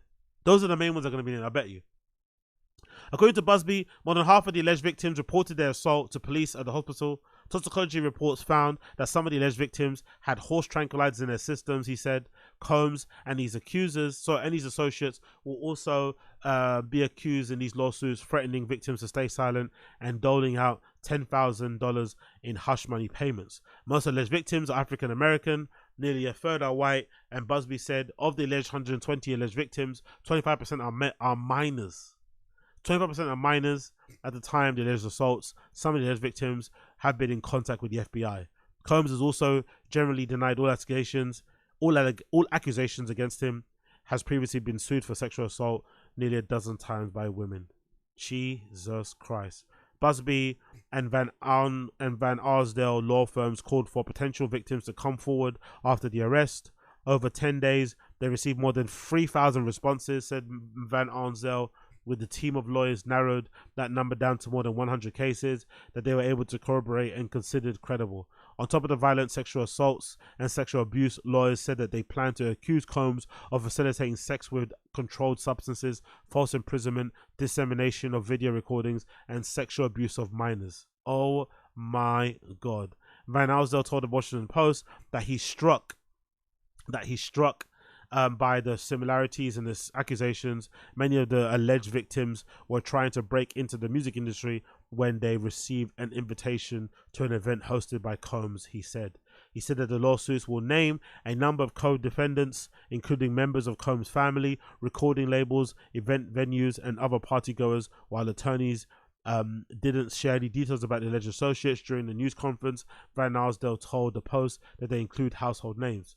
Busby told reporters that he planned to pursue anyone who participated in any way in the alleged assaults, including anyone who happened to be present at the time and did not report or stop it. Many of the sexual assault lawsuits filed against Combs within the year contain details of alleged drugging, trafficking, and often at parties. These accusations of physical and sexual assaults go back to the early 19s to nearly the present day. Notable accusers include two of the Combs family artists, Cassandra Ventura and Dawn Richard, as well as producer Rodney Little Rod. Jesus Christ. Let's see, man. Let's see how it plays out. Absolutely shocking state of affairs. Really fucking is. But if you didn't think it was over for Diddy, it's actually over. 120 additional sexual assault lawsuits, plus whatever more they're going to get off of that phone line. Wow. Absolutely wow. What a fall from grace. What an absolute crazy fall from grace. Let's see how it pans out. Probably not good though. You know what I mean? Probably not good though. Big up the stream chat. Big up everybody listening in there. Big up who I see here. Big up Robert Holden. Wild one for you. Is a random show cancelled or something? I have not subbed properly. Someone help, as I feel exiled from Zynga Nation. No, it's not cancelled, brother. I'm actually going to do a random show right after this. When I finish this show in about half an hour, I'm going to do a random show right after. Random show is on its own specific channel, which is this one in the free stream chat. This is the Random Show channel, just to let you guys know. I might have to do another post, or maybe I'll do a video actually and let people know, but I thought most people knew. But in case you don't know, this is the channel. This is the Random Show channel. Please check it out. The link is in the description. Link should be on my main YouTube homepage also. Random Show channel is there, as you can see there. Random Show channel is there, as you can see there, which is youtube.com/ at Random Show AZ, at Random Show AZ. If you just write Random Show AZ on YouTube, you'll probably find it. But the link is there in the stream chat if you want to check it out. And I'll also put the link in the description of this video for you to see if you want to do so also. Okay, link will be in the description as well. I'm going to add that right now actually before we continue. The Random Show link will be in the description for you to check out. Right, let's write that on there actually so you can see. Random Show channel link is there in the description, and it's also available in the stream chat down below. Okay, cool. Thank you so much. Big up Robert, big up everybody in the stream chat, big up Sarlux, big up Andre. Who else is in the stream chat here? I can see. Big up Chris Mack, my nigga Chris Mack, Wagwan. But like I said, I'm gonna do it. I know, because I keep promising fucking random show. I apologize. I'm gonna do a random show right after I finish this. Right after I finish this, we'll go straight into random show. Okay, random show. We'll go straight into. I was gonna go straight to the toilet and we'll go straight into random show. I promise you. I fucking promise you. I won't fucking disappoint you guys. As I'm doing Sober October, I'm trying to disappoint going forward. What more are you saying here in the stream chat? Safe saying. Safe Seven Console. I've had enough of these women. Still listening. Good day to you all. Big up Shades Cow. Big up Abe Martinez. Big up Don Dotta earlier. I see you here. Izanella, I see you. Big up MC, Andre, everybody. Big up everybody. Appreciate you. Random show happening very, very soon. Just bear with me. Just bear with me. Cool. Let's continue. Let's freaking continue. So, more news to get into. This obviously concerning my dear Manchester United. So, as you can see here, coach of Sky Sports News, Bruno Fernandes, Man United captain's red card in defeat against Tottenham has been overturned after successful appeal. Man United's Bruno Fernandes was shown a straight red card during the side's 3-0 defeat against Tottenham. The Portuguese international midfielder caught James Maddison with a challenge just before half-time. Fernandes faced 3-match ban in the Premier League. So this is a good thing, obviously, because even at the time, most people, most fans, most neutrals would have said that the challenge that Bruno Fernandes did on James Maddison was not a red card. At most, it should have been a yellow because he slipped and as he slipped, he was kind of trying to reach out and get the ball. You kind of saw what he was trying to do. He was trying to do that kind of that hook challenge where you can kind of like slip and still try and hook the ball with the instep of your boot and try and bring in your direction, but he completely missed. And as he was trying to hook the ball, he kind of slid and essentially hit James Maddison really high on his shin, which in any other challenge would obviously deem to be a red card. But because he slipped and he saw what he was trying to do, it should have been a red card. It should have been a yellow. And he also didn't connect that hard with him either. And in general, just wasn't a red card challenge. It might have been yellow, but it was never a red card challenge, especially not a straight red card. Maybe if he got like a second yellow, you couldn't have complained. But to get a straight red was fucking insane. But I'm one of those fans who actually was happy he got sent off because I felt like he was playing terrible. And I also felt like the red card would have given Erik ten Hag an opportunity to play somebody else in that position. Because Erik ten Hag, for some reason, refuses to drop Bruno Fernandes. He never gets dropped. He never gets rotated. He rarely gets subbed. And at this point, it's becoming really frustrating because he's just not good enough to start every single game like this and depend on him like this because his levels have dropped. Once the goals and assists dried up, he very rarely has contributed much to the United team. He very rarely impacts games. He loses the ball too often for me. Even though that's his style of playing, he likes to always look for the ball over the top and kind of, have runners running in front of him to kind of aim for. I personally don't like that in my midfielders. I want my midfielders to be a lot more cultured. I want my midfielders to be a lot more cute, to be a lot more possession-based, to be a lot more purposeful with their passing, to have a lot more of an idea on what the whole pitch is looking like, to maybe dictate the tempo of the game, or to effectively play like how James Maddison played, against us, where he was kind of popping up all around the midfield, but he was just keeping things ticking over. He was kind of the glue that was kind of binding things together, and then in crucial moments, further up the pitch, he could influence it by popping the ball around the corner or popping the ball over the top, or basically initiating the attack. But Bruno Fernandes, he always looks for the big hopeful ball. He basically plays hot potato with the football too much for me, and I don't personally like that. I also feel like he gets too much freedom in United. I feel like when he goes to Portugal, you see a different version where Bruno Fernandes plays for his national team. He's very disciplined. He's clearly under instructions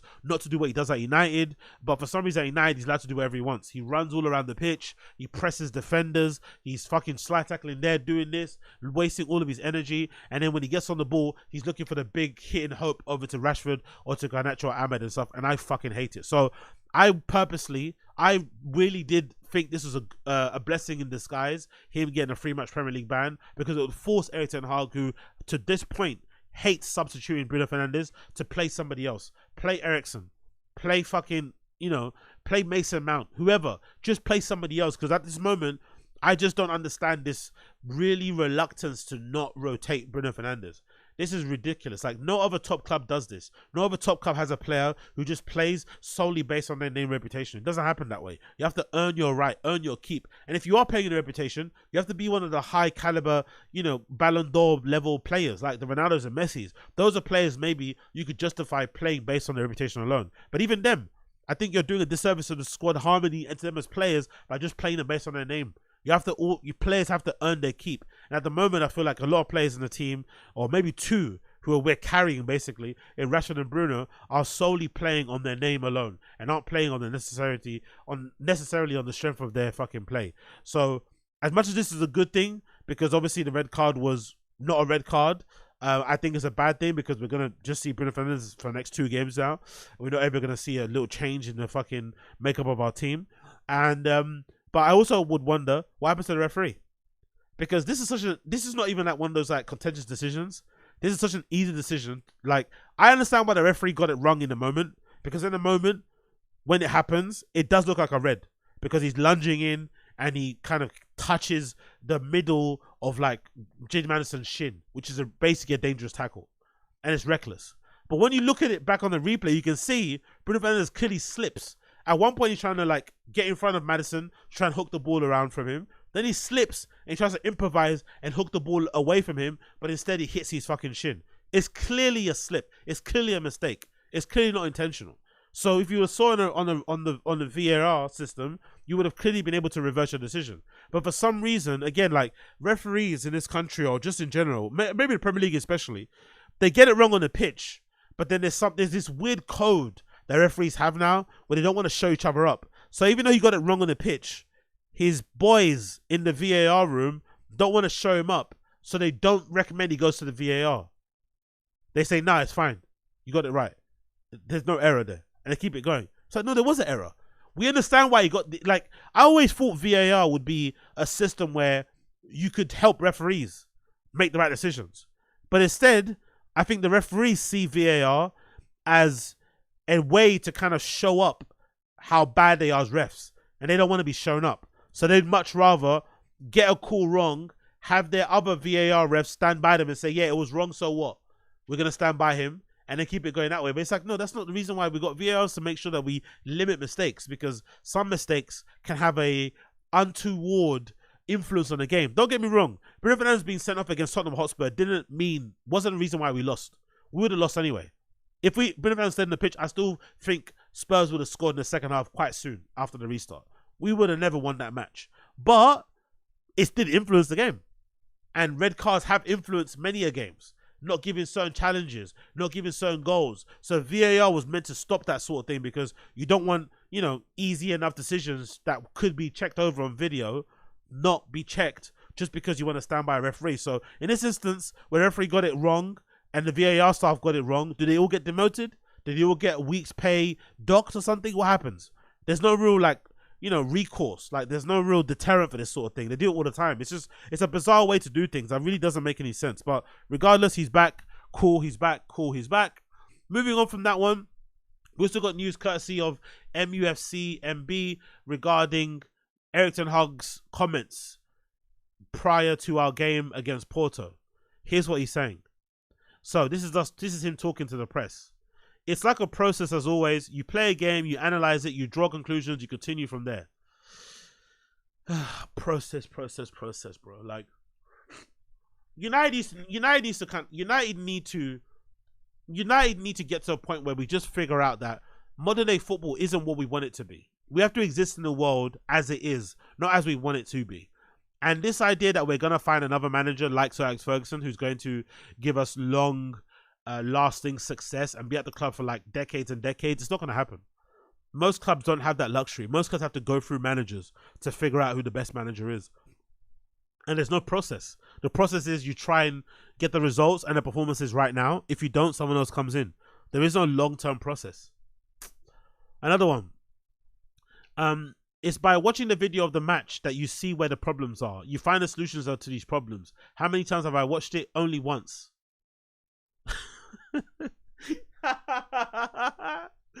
Honestly, is he like mentally unwell? It's by watching the video of the match that you see where the problems are. You find solutions to these problems. So you'd imagine, considering our start to the season, considering how we ended last season, considering where we ended last season, you think there's a lot of problems, right? So you think you'd be watching the video a lot of times to make sure you can figure out what the problems are, address them, and make sure it don't happen again. When did you watch? How many times did I watch it? Once. I fucking hate this, man. Sometimes you go back a little bit to understand better, to go deeper, but only once. So you only rewatch. I'm a fan. I'm a nobody. And I've rewatched that game in full twice. I've watched the highlights of Match of the Day twice.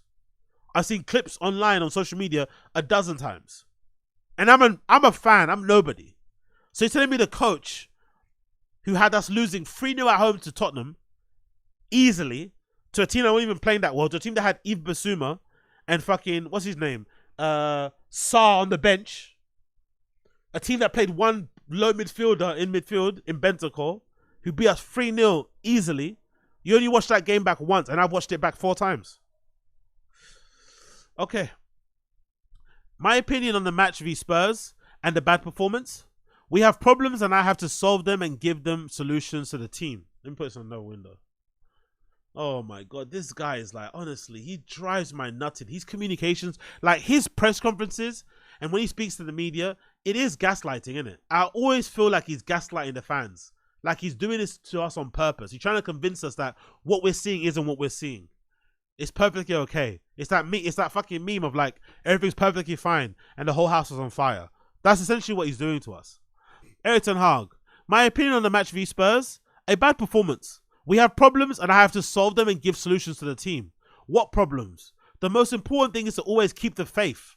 It is by keeping the faith that you stay in it. Faith. We're going into games with faith and prayers now. Faith. We are literally Inshallah FC.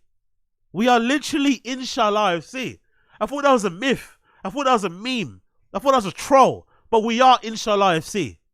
Oh my God. Faith. No tactics. No formation. Personnel change. Mindset. Faith. The most important thing is to keep the faith. It is by keeping the faith that you stay in the game. This is the most important message that we have to convey. Because if you lose the faith, you lose everything.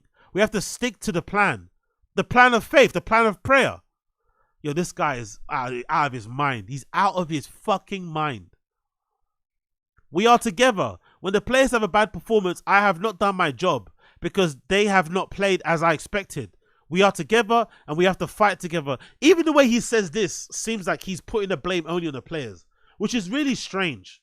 Because he seems like, and again, this is the weird thing about Erik ten Hag. When he was at Ajax, you felt like he was getting the best out of, like, I wouldn't say average players, but the best out of players who probably weren't world beaters at that time. But then he comes to United and suddenly he needs the best of the best in every position. He needs the fit. He needs the best player to be fit at all times to play the football that he wants to play. If one player is not fit, he can't play it. Remember last season, there was a time when he was making it seem like because we didn't have Luke Shaw, we weren't playing well. Remember, he was making it seem like because we didn't have Luke Shaw, we weren't playing well. Because we didn't have a fit, left-footed centre-back, we weren't progressing the ball out of defence well. Everything needs to be perfect for him to get his football done well. So when the players do badly, it's him not giving, like, it almost sounds like he's gaslighting the players. Like, he's a strange manager. And again, I don't understand what happened to him. What happened to that coach at Ajax? He was resourceful. He was able to kind of work with us, work with what he had, make it, better than the sum of his parts, basically, Ajax. And now he's at United and he needs the best of the best. And if those players aren't fit, you can't play. Oh, I can't do nothing. What can I do? What can I do? All my players are not fit. Huh? Everyone's basically available, except for, like, what? Lenny Euro and Luke Shaw. No one's injured. And maybe even Lasher. Lasher's been out for a long time, so you don't really count him. Everyone's fit. Everyone's available, apart from Lenny Euro and Luke Shaw. The players that are available right now are the players that he wanted to keep. Everyone that's not here, he didn't want. So it's not as if, like, he's struggling for options. He has everybody. He has literally a backup in every position. At least one. Fucking dickhead. As soon as I write, okay, let's do this. This is another tweet. Oh, he's gonna make me so angry right now, mate. He's gonna make me so fucking angry. God Almighty, I don't understand what's going on here. Here's another comment here, courtesy of Erik ten Hag. What is he saying here? What is he saying here? As soon as I arrived, we made choices. We had to replace some old players and recruit new ones. We chose young players. You know what it takes it takes time to get messages across, to get a game model adopted and to introduce new culture, which takes, no, that's the thing, it doesn't though, it doesn't take time. It doesn't take time, I'm sorry. Ange Postecoglou at Spurs has proved that. The new manager, Crystal Palace, has proved that. Kieran McKenna at Ipswich has proved that. Nottingham Forest manager has proved that. Everyone has proved that. Emre, from where he's taken Aston Villa, has proved that. Arne Slot, from what he's doing at Liverpool, has proved that. It doesn't take that long. It doesn't. You can tell probably from 10 games, maybe even 5. You can tell immediately a manager's imprint on the side and how they want to play football. Taking time, if anything, it takes less time with young players because they're more malleable and they're more open to instructions and shit and not set in their ways. It actually is easier to coach young players into playing a particular brand of football than it is experienced players who are maybe set in their ways. So what are you talking about? You're waffling. And you've created a culture. The culture's done. You've created a culture. You've done the perfect culture. You've got rid of all the bad apples. You've got rid of all the fucking bad apples and you've got exactly who you want in that squad. The culture's been done. You got rid of Ronaldo because he stepped out of line. You got rid of Sancho because he wasn't, maybe your type of guy and you butted heads. Everyone you didn't like, you got rid of them. Martial, everybody, they're gone. Scott McTominay, gone. Come on, man. Piss off with this shit. Honestly, it does my fucking nutting. I can't wait until when he's sacked, I'm going to dance in his fucking grave. I can't wait until this guy's fucking sacked. all the fucking Erik ten Hagers out there, you're gonna get it from me. I swear to God, I'm gonna be gloating in your face when this guy's gone. He's a fucking bullshit manager. And we're gonna see how bad of a manager he is when the next club he ends up at. I bet you it's not Bayern Munich. I bet it's not Bayern Leverkusen. I bet it's not Juventus. I bet it's not Inter Milan. I bet you it's not fucking PSG. Watch the next club this guy ends up at. It'll tell you a lot about his level. Watch. Because his reputation has been fucking destroyed at United. He might go back to try and manage 20. Or fucking AZ Alkmaar. Fuck this guy, man. He continues here. It takes time. But in the meantime, you have to win. I think we have proven that in the last 2 years. What have we won, though? He keeps... What? Is he hanging his hat on the Carabao Cup and the FA Cup? The Carabao Cup doesn't count. FA Cup, cool. You got that. Last season. Yeah? Final against Man City. We battered them. We actually won. We deserve to win that game. We played fucking well. We should be still playing that same style of play in this fucking season. That same approach. That compactness, right? That pragmatism, right? We should be playing that same way now, but we're not for some reason. Who fucking knows? But cool, you got that. Carabao Cup. We don't celebrate that shit. We barely celebrate Europa Leagues. Champion Leagues and Premier Leagues only, bro. The Carabao League, who gives a fuck about the League Cup? If anything, the League Cup, we only won the League Cup, really, if quiet is kept. If we want to keep it a buck, we only won the League Cup because he played the full strength team throughout the entire fucking time of the League Cup. I don't think he even dropped Onana. He didn't even drop fucking Onana. He played the same full strength side. And most Premier League teams in the League Cup, they play their youth team. He didn't even want that. He was so desperate to get a win and try to, like, you know, hoodwink the fans into believing in success by playing the full strength team against, like, league oppositions. Come on, bro. On AstroTurf, you're playing a full strength team. Bruno Fernandes starting against fucking Boreham Wood and shit. Like, fuck off, man. I've proven in my career that I always will win. In the last 6 years, I have won 8 trophies. What are we playing like, though? We don't score goals. You don't know what your best 11 is. Defenders are all over the gaff. No real midfield combination. You're fooling our players left and right. We got strikers that can't score. Strikers that don't get chances created for them. Wingers that don't create. Like, what the fuck are you talking about, bro? Honestly, we have to integrate the game model. We have to build stronger teams. That one that we have today, and to have to work on our problems and provide solutions. We have a good potential, and I'm sure that we'll achieve the goals that we have set. We won't achieve them with you, you motherfucker. We won't achieve them with you. You'll be out of a job by the end of the season. Maybe, hopefully, before Christmas. Fuck you. Nothing is easy, but there's no need to panic. Yes, there is, bro. We're mid-table. How can you not panic now? Look at the fucking table, bro. Look at the fucking table. EPL table. Look at the fucking table. We're mid-table, bro.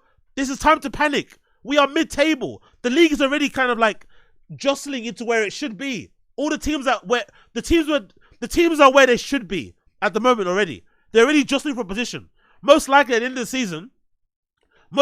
season, this top 5 will be the same teams. Most likely. Liverpool, Man City, Arsenal, Chelsea, and Aston Villa. Those will be the same teams in the top 5. It just depends on where they will end up position-wise. But I bet you, most likely, all of the money in my fucking bank account, that those 5 teams will be the ones that will end up where they are in the top 5.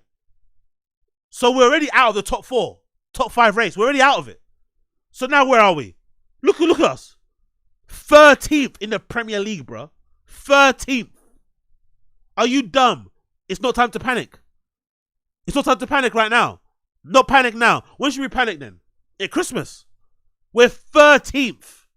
13th. Oh my fucking God. We are 13th. And we've lost what? How many games have we lost already? We've lost 3 games already. We've already lost 3 games. We've lost half of our games already. And it's only 6 games played. We are 13th. It's fucking over already, brother. It's over already. Oh my fucking God. Time is not to panic right now. When should I panic then, sir? God almighty. Nothing is easy, but there's no need to panic because I have experienced it many times with teams during the season. We can solve these problems. The team can solve them. I bet you haven't been 12th with Ajax. I bet you weren't 12th with Ajax because if you were 12th with Ajax, they'd sack you immediately. Ajax don't play. You were never 12th with Ajax. Don't play games with us. Go get fucked. Lowering our standards like that. We will make this season a success. Yeah, when we sack you. When you get sacked, it'll be a success. Bald fraud. Erik Ten Hag on discussions of Man United's ownership and leadership team in 24 hours. We talk continually. We are talking how we can improve the process. Process. Trophies. Time. Fuck you. We are all very impatient. Our fans are entitled to, but we have to definitely, we are definitely as well. We want to win every game. When we are losing, everyone is disappointed. Everyone is frustrated. But it is also our fuel to get, again, whatever, man. Erik Ten Hag on how impatient he is. I hate losing, of course. Yeah, you hate losing because people criticize you. You cunt. Erik Ten Hag on how his team are. We are very disappointed, that's normal, but I know them, they are resilient, and they'll bounce back. Even he doesn't believe it. Look at his eyes. Even he doesn't believe it. Look at those eyes. Even he doesn't believe it. He doesn't believe it. You can tell he doesn't believe it in his soul. Erik Ten Hag on whether there has been a meeting since the Spurs game. We do this every game. We sit together. We give our opinion. There is a two-way communication with the manager and the coaching and the players. We are on the same page. We have to make sure we're on the same page. Cool. There's a good spirit in the group. They keep fighting on Sunday. You can see that it's a team that wants to fight for each other. No, they didn't fight on Sunday. They gave up. They gave up the one goal. That's the concerning thing. The first goal they gave up when fucking what's his face scored. They gave up. It was actually over by the first goal. It actually didn't. It was actually over when fucking Thingy scored in the second half. But it was actually over in the first half. When they scored that first goal, our heads dropped. We didn't react. We actually started playing well when we went to 10 men. And by the end of the game, when Tottenham basically took their foot off the pedal and weren't trying to score anymore. That's when we kind of got back into the game. But the game was actually over in the first 5-10 minutes. That's the concerning thing. That's why you should be fucking fired. When you manage Manchester United, you know that everyone is judging you more than any other club. You have to deal with the criticism and focus on what you are appointed to do. It's about managing the team, getting the best out of them. I'm here to win. You're here to get sacked as well, you prick. On whether he asks if things don't go well this week. I'm not thinking about this. I'm not anxious as well. We are in this together. We made this agreement in the summer with the ownership and the leadership, and we're all behind it. We also need a strategy. We also need a strategy of what? What's a strategy? Of young players. Oh, I think he said about young players. We also need a strategy about, it's like, bro, man, just get them. I don't care if they're old or young. Get us playing football again, man. I don't give a fuck about this strategy with young players. Like, shut up, man. All fucking excuses. Let us play, get us playing good football again. Get us scoring goals. That's it.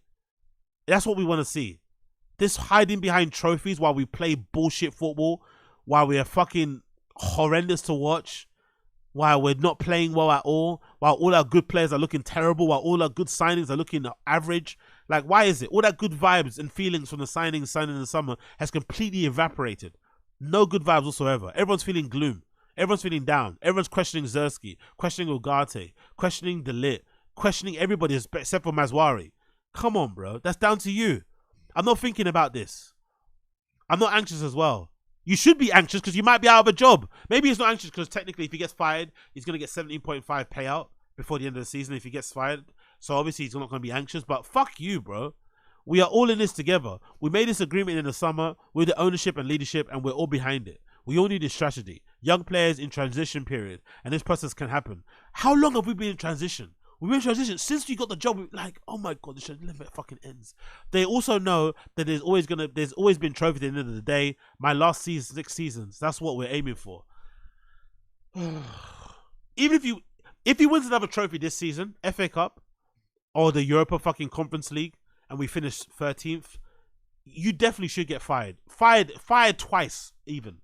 If you think you can hide behind a trophy, finishing 13th in the league with that fucking squad and the money you spent, 600 million. 600 million plus, and it's okay to finish mid-table because you win a trophy. Go fuck yourself. Honestly, go and fuck yourself.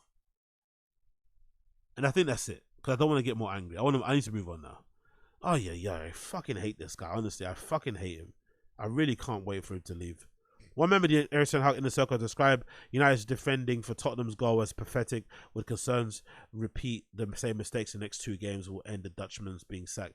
You should be sacked now. It shouldn't be down to 2 games. You should be able to save your career because of 2 games. It should be done because of what we've seen for the majority of his time at United. It's just been poor. It's not lived up to the fucking expectation. We all thought more of him, but he hasn't lived up to it. Just let him go now. Let him go and let's move on. I fucking hate the guy, man. I fucking hate the guy. But again, what do I know? Absolutely nothing. Okay, talking about something that I do know. Talking about something that I do know. Let's talk about some music. Let's talk about some musicy, okay? Let's talk about some musicy. So, as you guys have known, Sophie's posthumous album has just released. RIP to Sophie, a fucking legend. Unfortunately, taken away from us way too soon. I think just during the pandemic. I think that might be one of the first pandemic passings that was really hard to take. Especially because I only had gotten into Sophie maybe a year before that. So just to learn a year after that she unfortunately passed away in that really horrible accident somewhere in Greece. I think allegedly Sophie was with their partner somewhere in Greece looking at the moon on the roof and allegedly slipped and banged their head somewhere. I think if anything, it kind of echoes the same passing as DJ Mehdi. I think DJ Mehdi from fucking, what's his name? Passed away the same way, climbing on a roof trying to look at the moon or something. So RIP to fucking Sophie, an iconic legendary artist that was taken away from us way too soon. Well, Sophie's previous collaborators, friends, family, whatever, put together this posthumous album of leftover material, leftover work that she was working on prior to her passing, and stuff that was probably going to be fleshed out for her next album, and put it together in this self-titled second album on their discography. And unfortunately for fans like myself, it's pretty terrible. I'm not gonna lie. I've listened to it the entire way through. I played it entirely through when I was at the gym the other day, and I was very underwhelmed by what I was hearing. The first thing I thought when I was listening to it was how boring it was. That's the first thing that struck me. It was very boring. Maybe the intro didn't help. I'm not gonna lie. The intro went on way too long, and then the second track came into it. The track called Raw featuring Josie was very average. The track featuring Julian Huxtable also wasn't that great. I didn't like that either. Number 3 was that plunging isotope, however you say that word.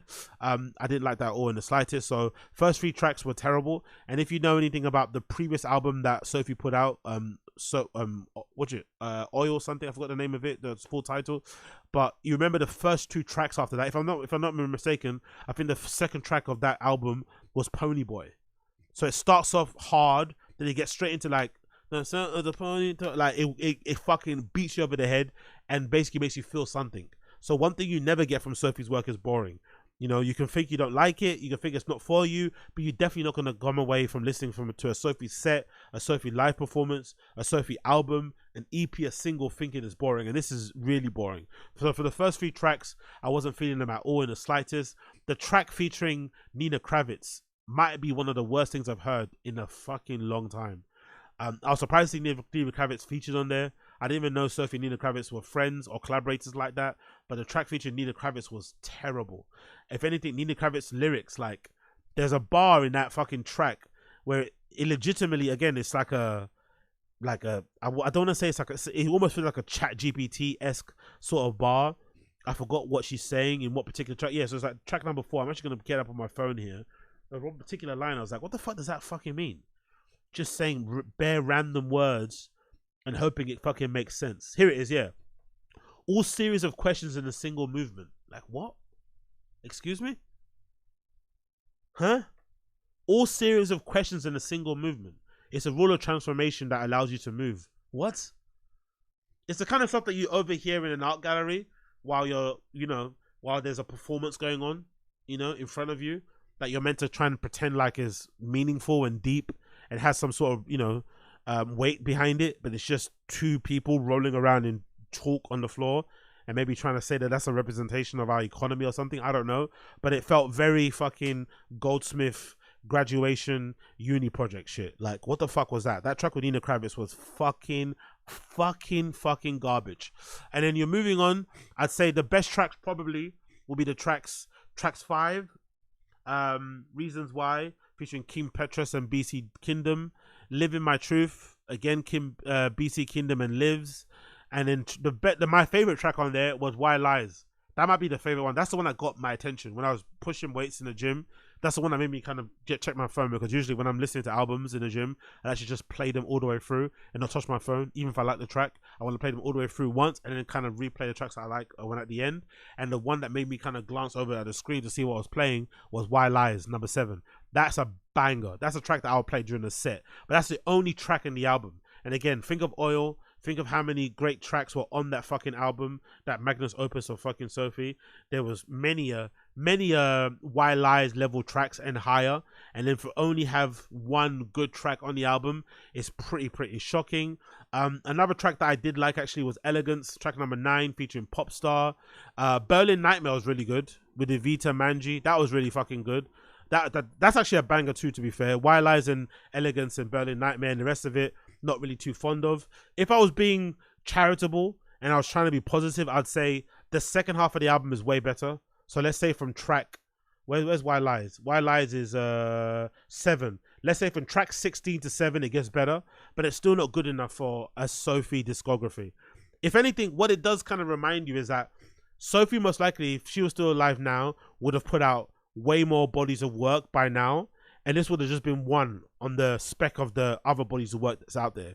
I know there's an argument that's been said that when Sophie passed, that she was working on stuff that was more minimal, that was more stripped down, that wasn't as kind of like layered and thick and heavy as the stuff that we heard on Oil, that wasn't as guttural. Maybe, I don't know if that's true or not, but I just think we've lost something because she's not here to finish this work. So whatever the interpretation is of what she left behind from the friends and family and close collaborators, they try their best, I'm sure. They try to channel Sophie, but that's what it feels like. It feels like a tribute act. It feels like somebody trying to channel, trying to fucking, it almost feels like you're trying to do like a tribute album. Like, hey, I'm inspired by Sophie, I love what she did, and here's me trying to channel it in my own way. Like, you know, imitation is the best form of flattery, but instead you hear this very vapid, very boring, very milquetoast, very uninspiring. It doesn't really try and get you out of your seat. Nothing fucking album. It does nothing. It fills you with nothing. And the only real blips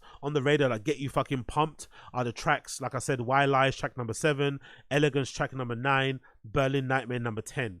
Those are the only tracks that really get you out of your seat and make you fucking feel something. The rest of it is fairly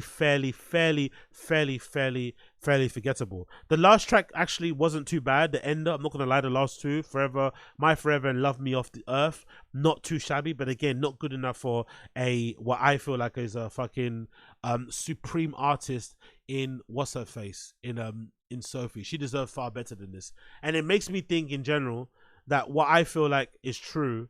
That I just feel like posthumous albums should be outlawed.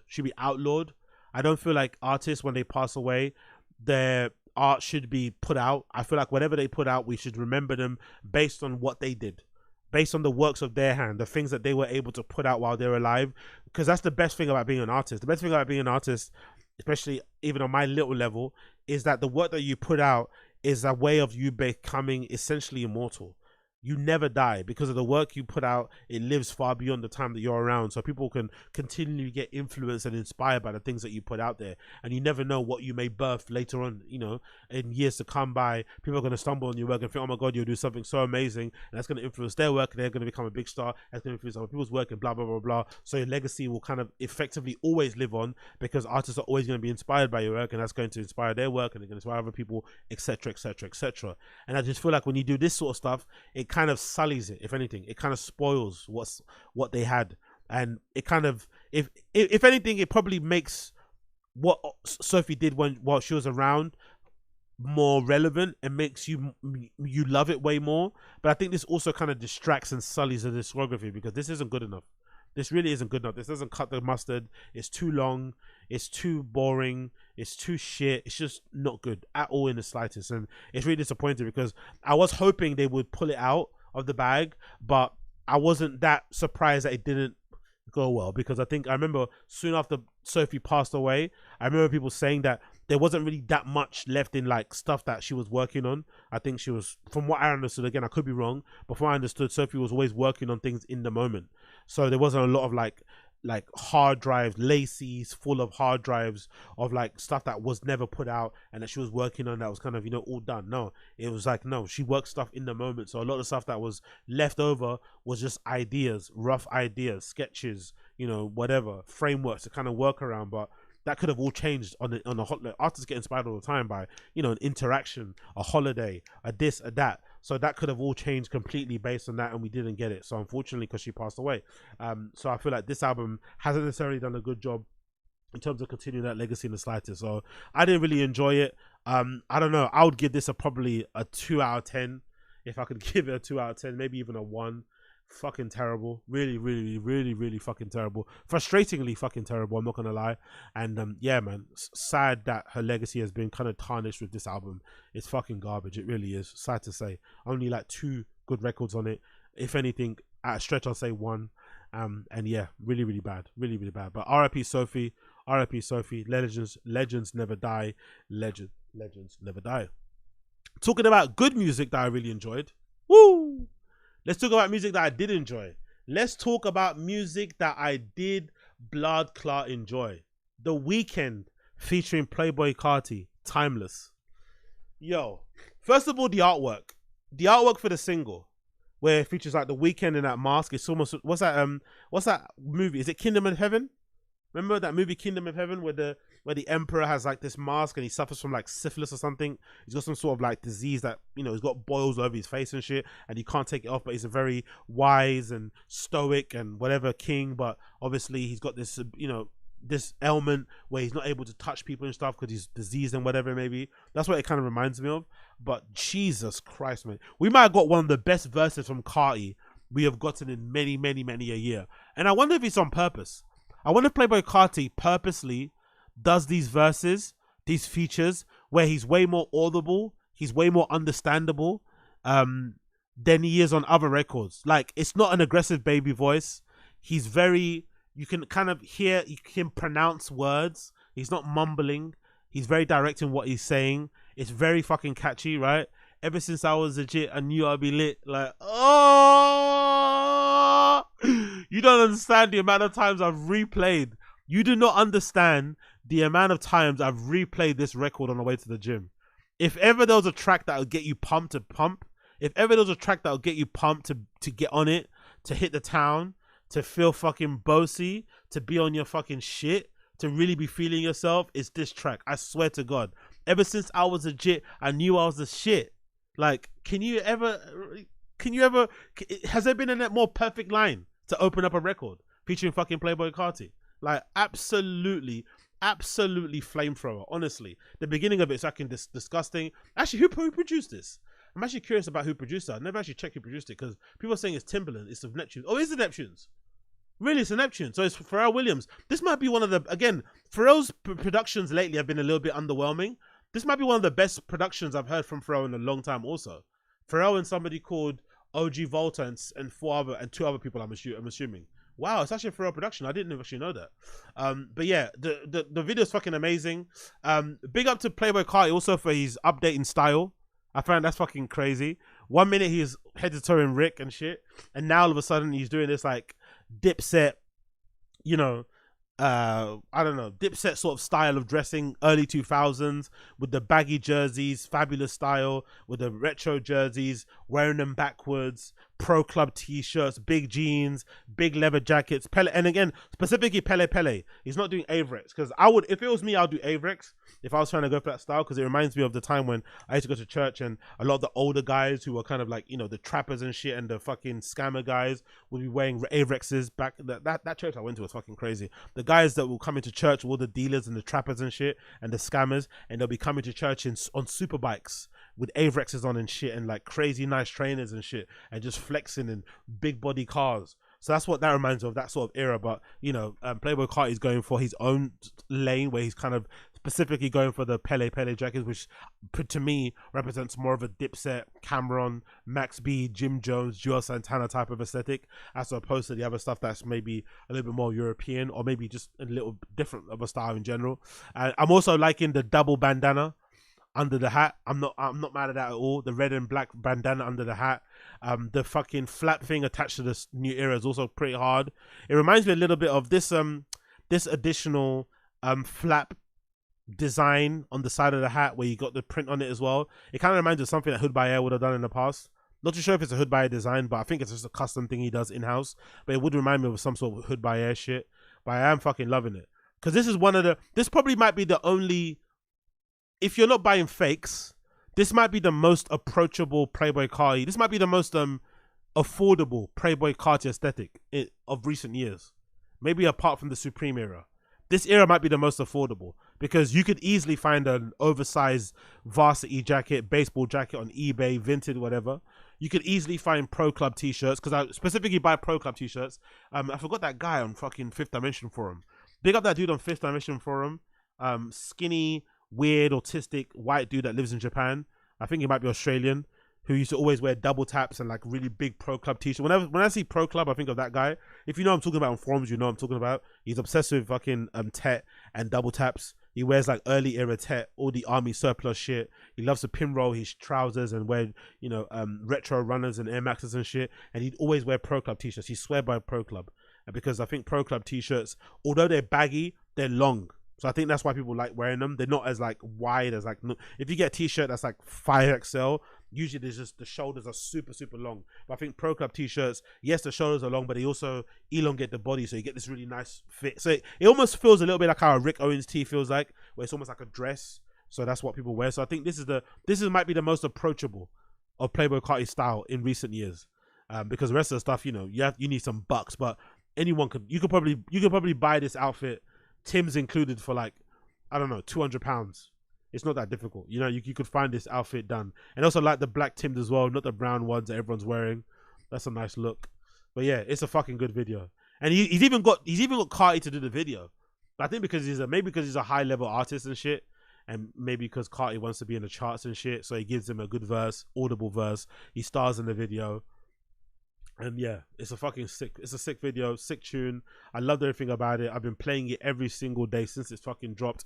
I actually was a fan of it anyway since it fucking premiered. Weeknd did a really amazing live performance in Rio.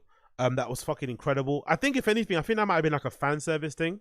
I think that might have been self-funded, just to kind of show his level of artistry and to maybe kind of act as a calling card, a business card, a CV for sponsors or investors later on in the future. Because the scale of that show in Brazil was fucking crazy, and he premiered that song on that live show. And you know, and when it comes to Carti, it's all about aura and his presence and shit. So I think premiering that song in Rio and then having Carti step out wearing what he was wearing and shit, doing what he was doing, I think that's what added to the actual hype of the song. And actually, I think during that same performance, there was a song he did with Anita that's really fucking hard as well. So I'm really looking forward to this album. This album might be really this might be one of his best of recent years. Even though I'm a big fan of The Weeknd's discography, I think this album is shaping up to be one of his best, bro. Because just based on these features. But yeah, this track is fucking phenomenal. I recommend you check it out. The Weeknd featuring Playboi Carti, Timeless. The video's available at the moment. It's actually a video with Playboi Carti in it. Also starring video girls in the video also, which is fucking wild. Like, it's been a long time since he's recorded a proper video, put out a proper single, actually promoted it. You know, did everything you're meant to be doing as an artist instead of just like, you know, declining to put out features or authorize fucking verses. So it's fucking sick. The only thing about The Weeknd though, is it me or am I the only person that feels like you kind of look at him funny now? Ever since that video Drake put out behind the scenes where he's sort of like purposely airing The Weeknd and really waiting until the last minute to dap him up. So clearly even back then there were issues. And I think back then most of the issues stemmed from him not signing with OVO. Because when they came through together sort of thing, but he didn't really sign with OVO. He did his own thing and signed his own deal. And I think there was always a bit of beef between them, Canada beef, Toronto beef, I don't know, whatever's going on in their scene. But I think you saw there that kind of, you know, the hierarchy. Drake was the big guy and The Weeknd is a little guy, even though he was still super famous back then. I think that might have been a time he did like King of the Hill or something. And he was really sort of like cowering and looking kind of shy. As Drake was going out of his way not to say anything or acknowledge him, and then when he did, he kind of like waited right to the end of the moment. It kind of made you look a bit, Drake big timing you, kind of, you know, made you look a bit wild. But hey, what can you do? And this probably explains as well why Drake maybe unfollowed Carti as well, because this is the final nail. Do you know what I mean? The final approval that, you know, Playboi Carti's chosen his side and he decided to stay on the side of with The Weeknd. He wants to stay on the side of girls in lingerie and thongs covered in cocaine, you know? You know, I don't blame Carti. I don't blame Carti for staying on this delinquent side of things. You know what I mean? Seedy clubs, you know, cocktail bars, studios, you know, bus full of fucking whores, and pocket full of 8 balls. I don't blame Carti in the slightest. But yeah, one of the best tracks in recent years. I fucking love everything about it. Big up fucking Playboi Carti. Legit one of my favorite tracks. I recommend you check it out. Timeless featuring The Weeknd. Timeless featuring the blood clot Weeknd. Okay, my friends, talking about the weekend, talking about the end. That is the end of the show. Thanks so much for tuning in. This has been the Agostino Zinga Show, episode number 824. Ocho dos cuatro.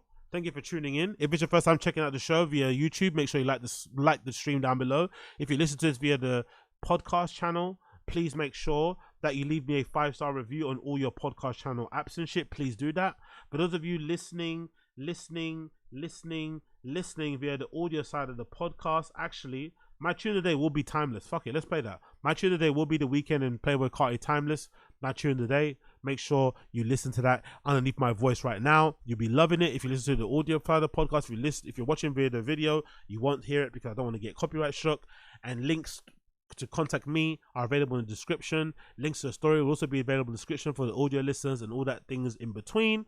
Thank you for tuning into the Agostino Zinga Show. Pleasure, not a chore. For those of you waiting, Random Show will be tuning in about 10 minutes. Let me pop to the toilet and I'm going to do the Random Show straight away. Thank you for tuning in, people. Take care. Bless you. Take care. Bless you. Peace.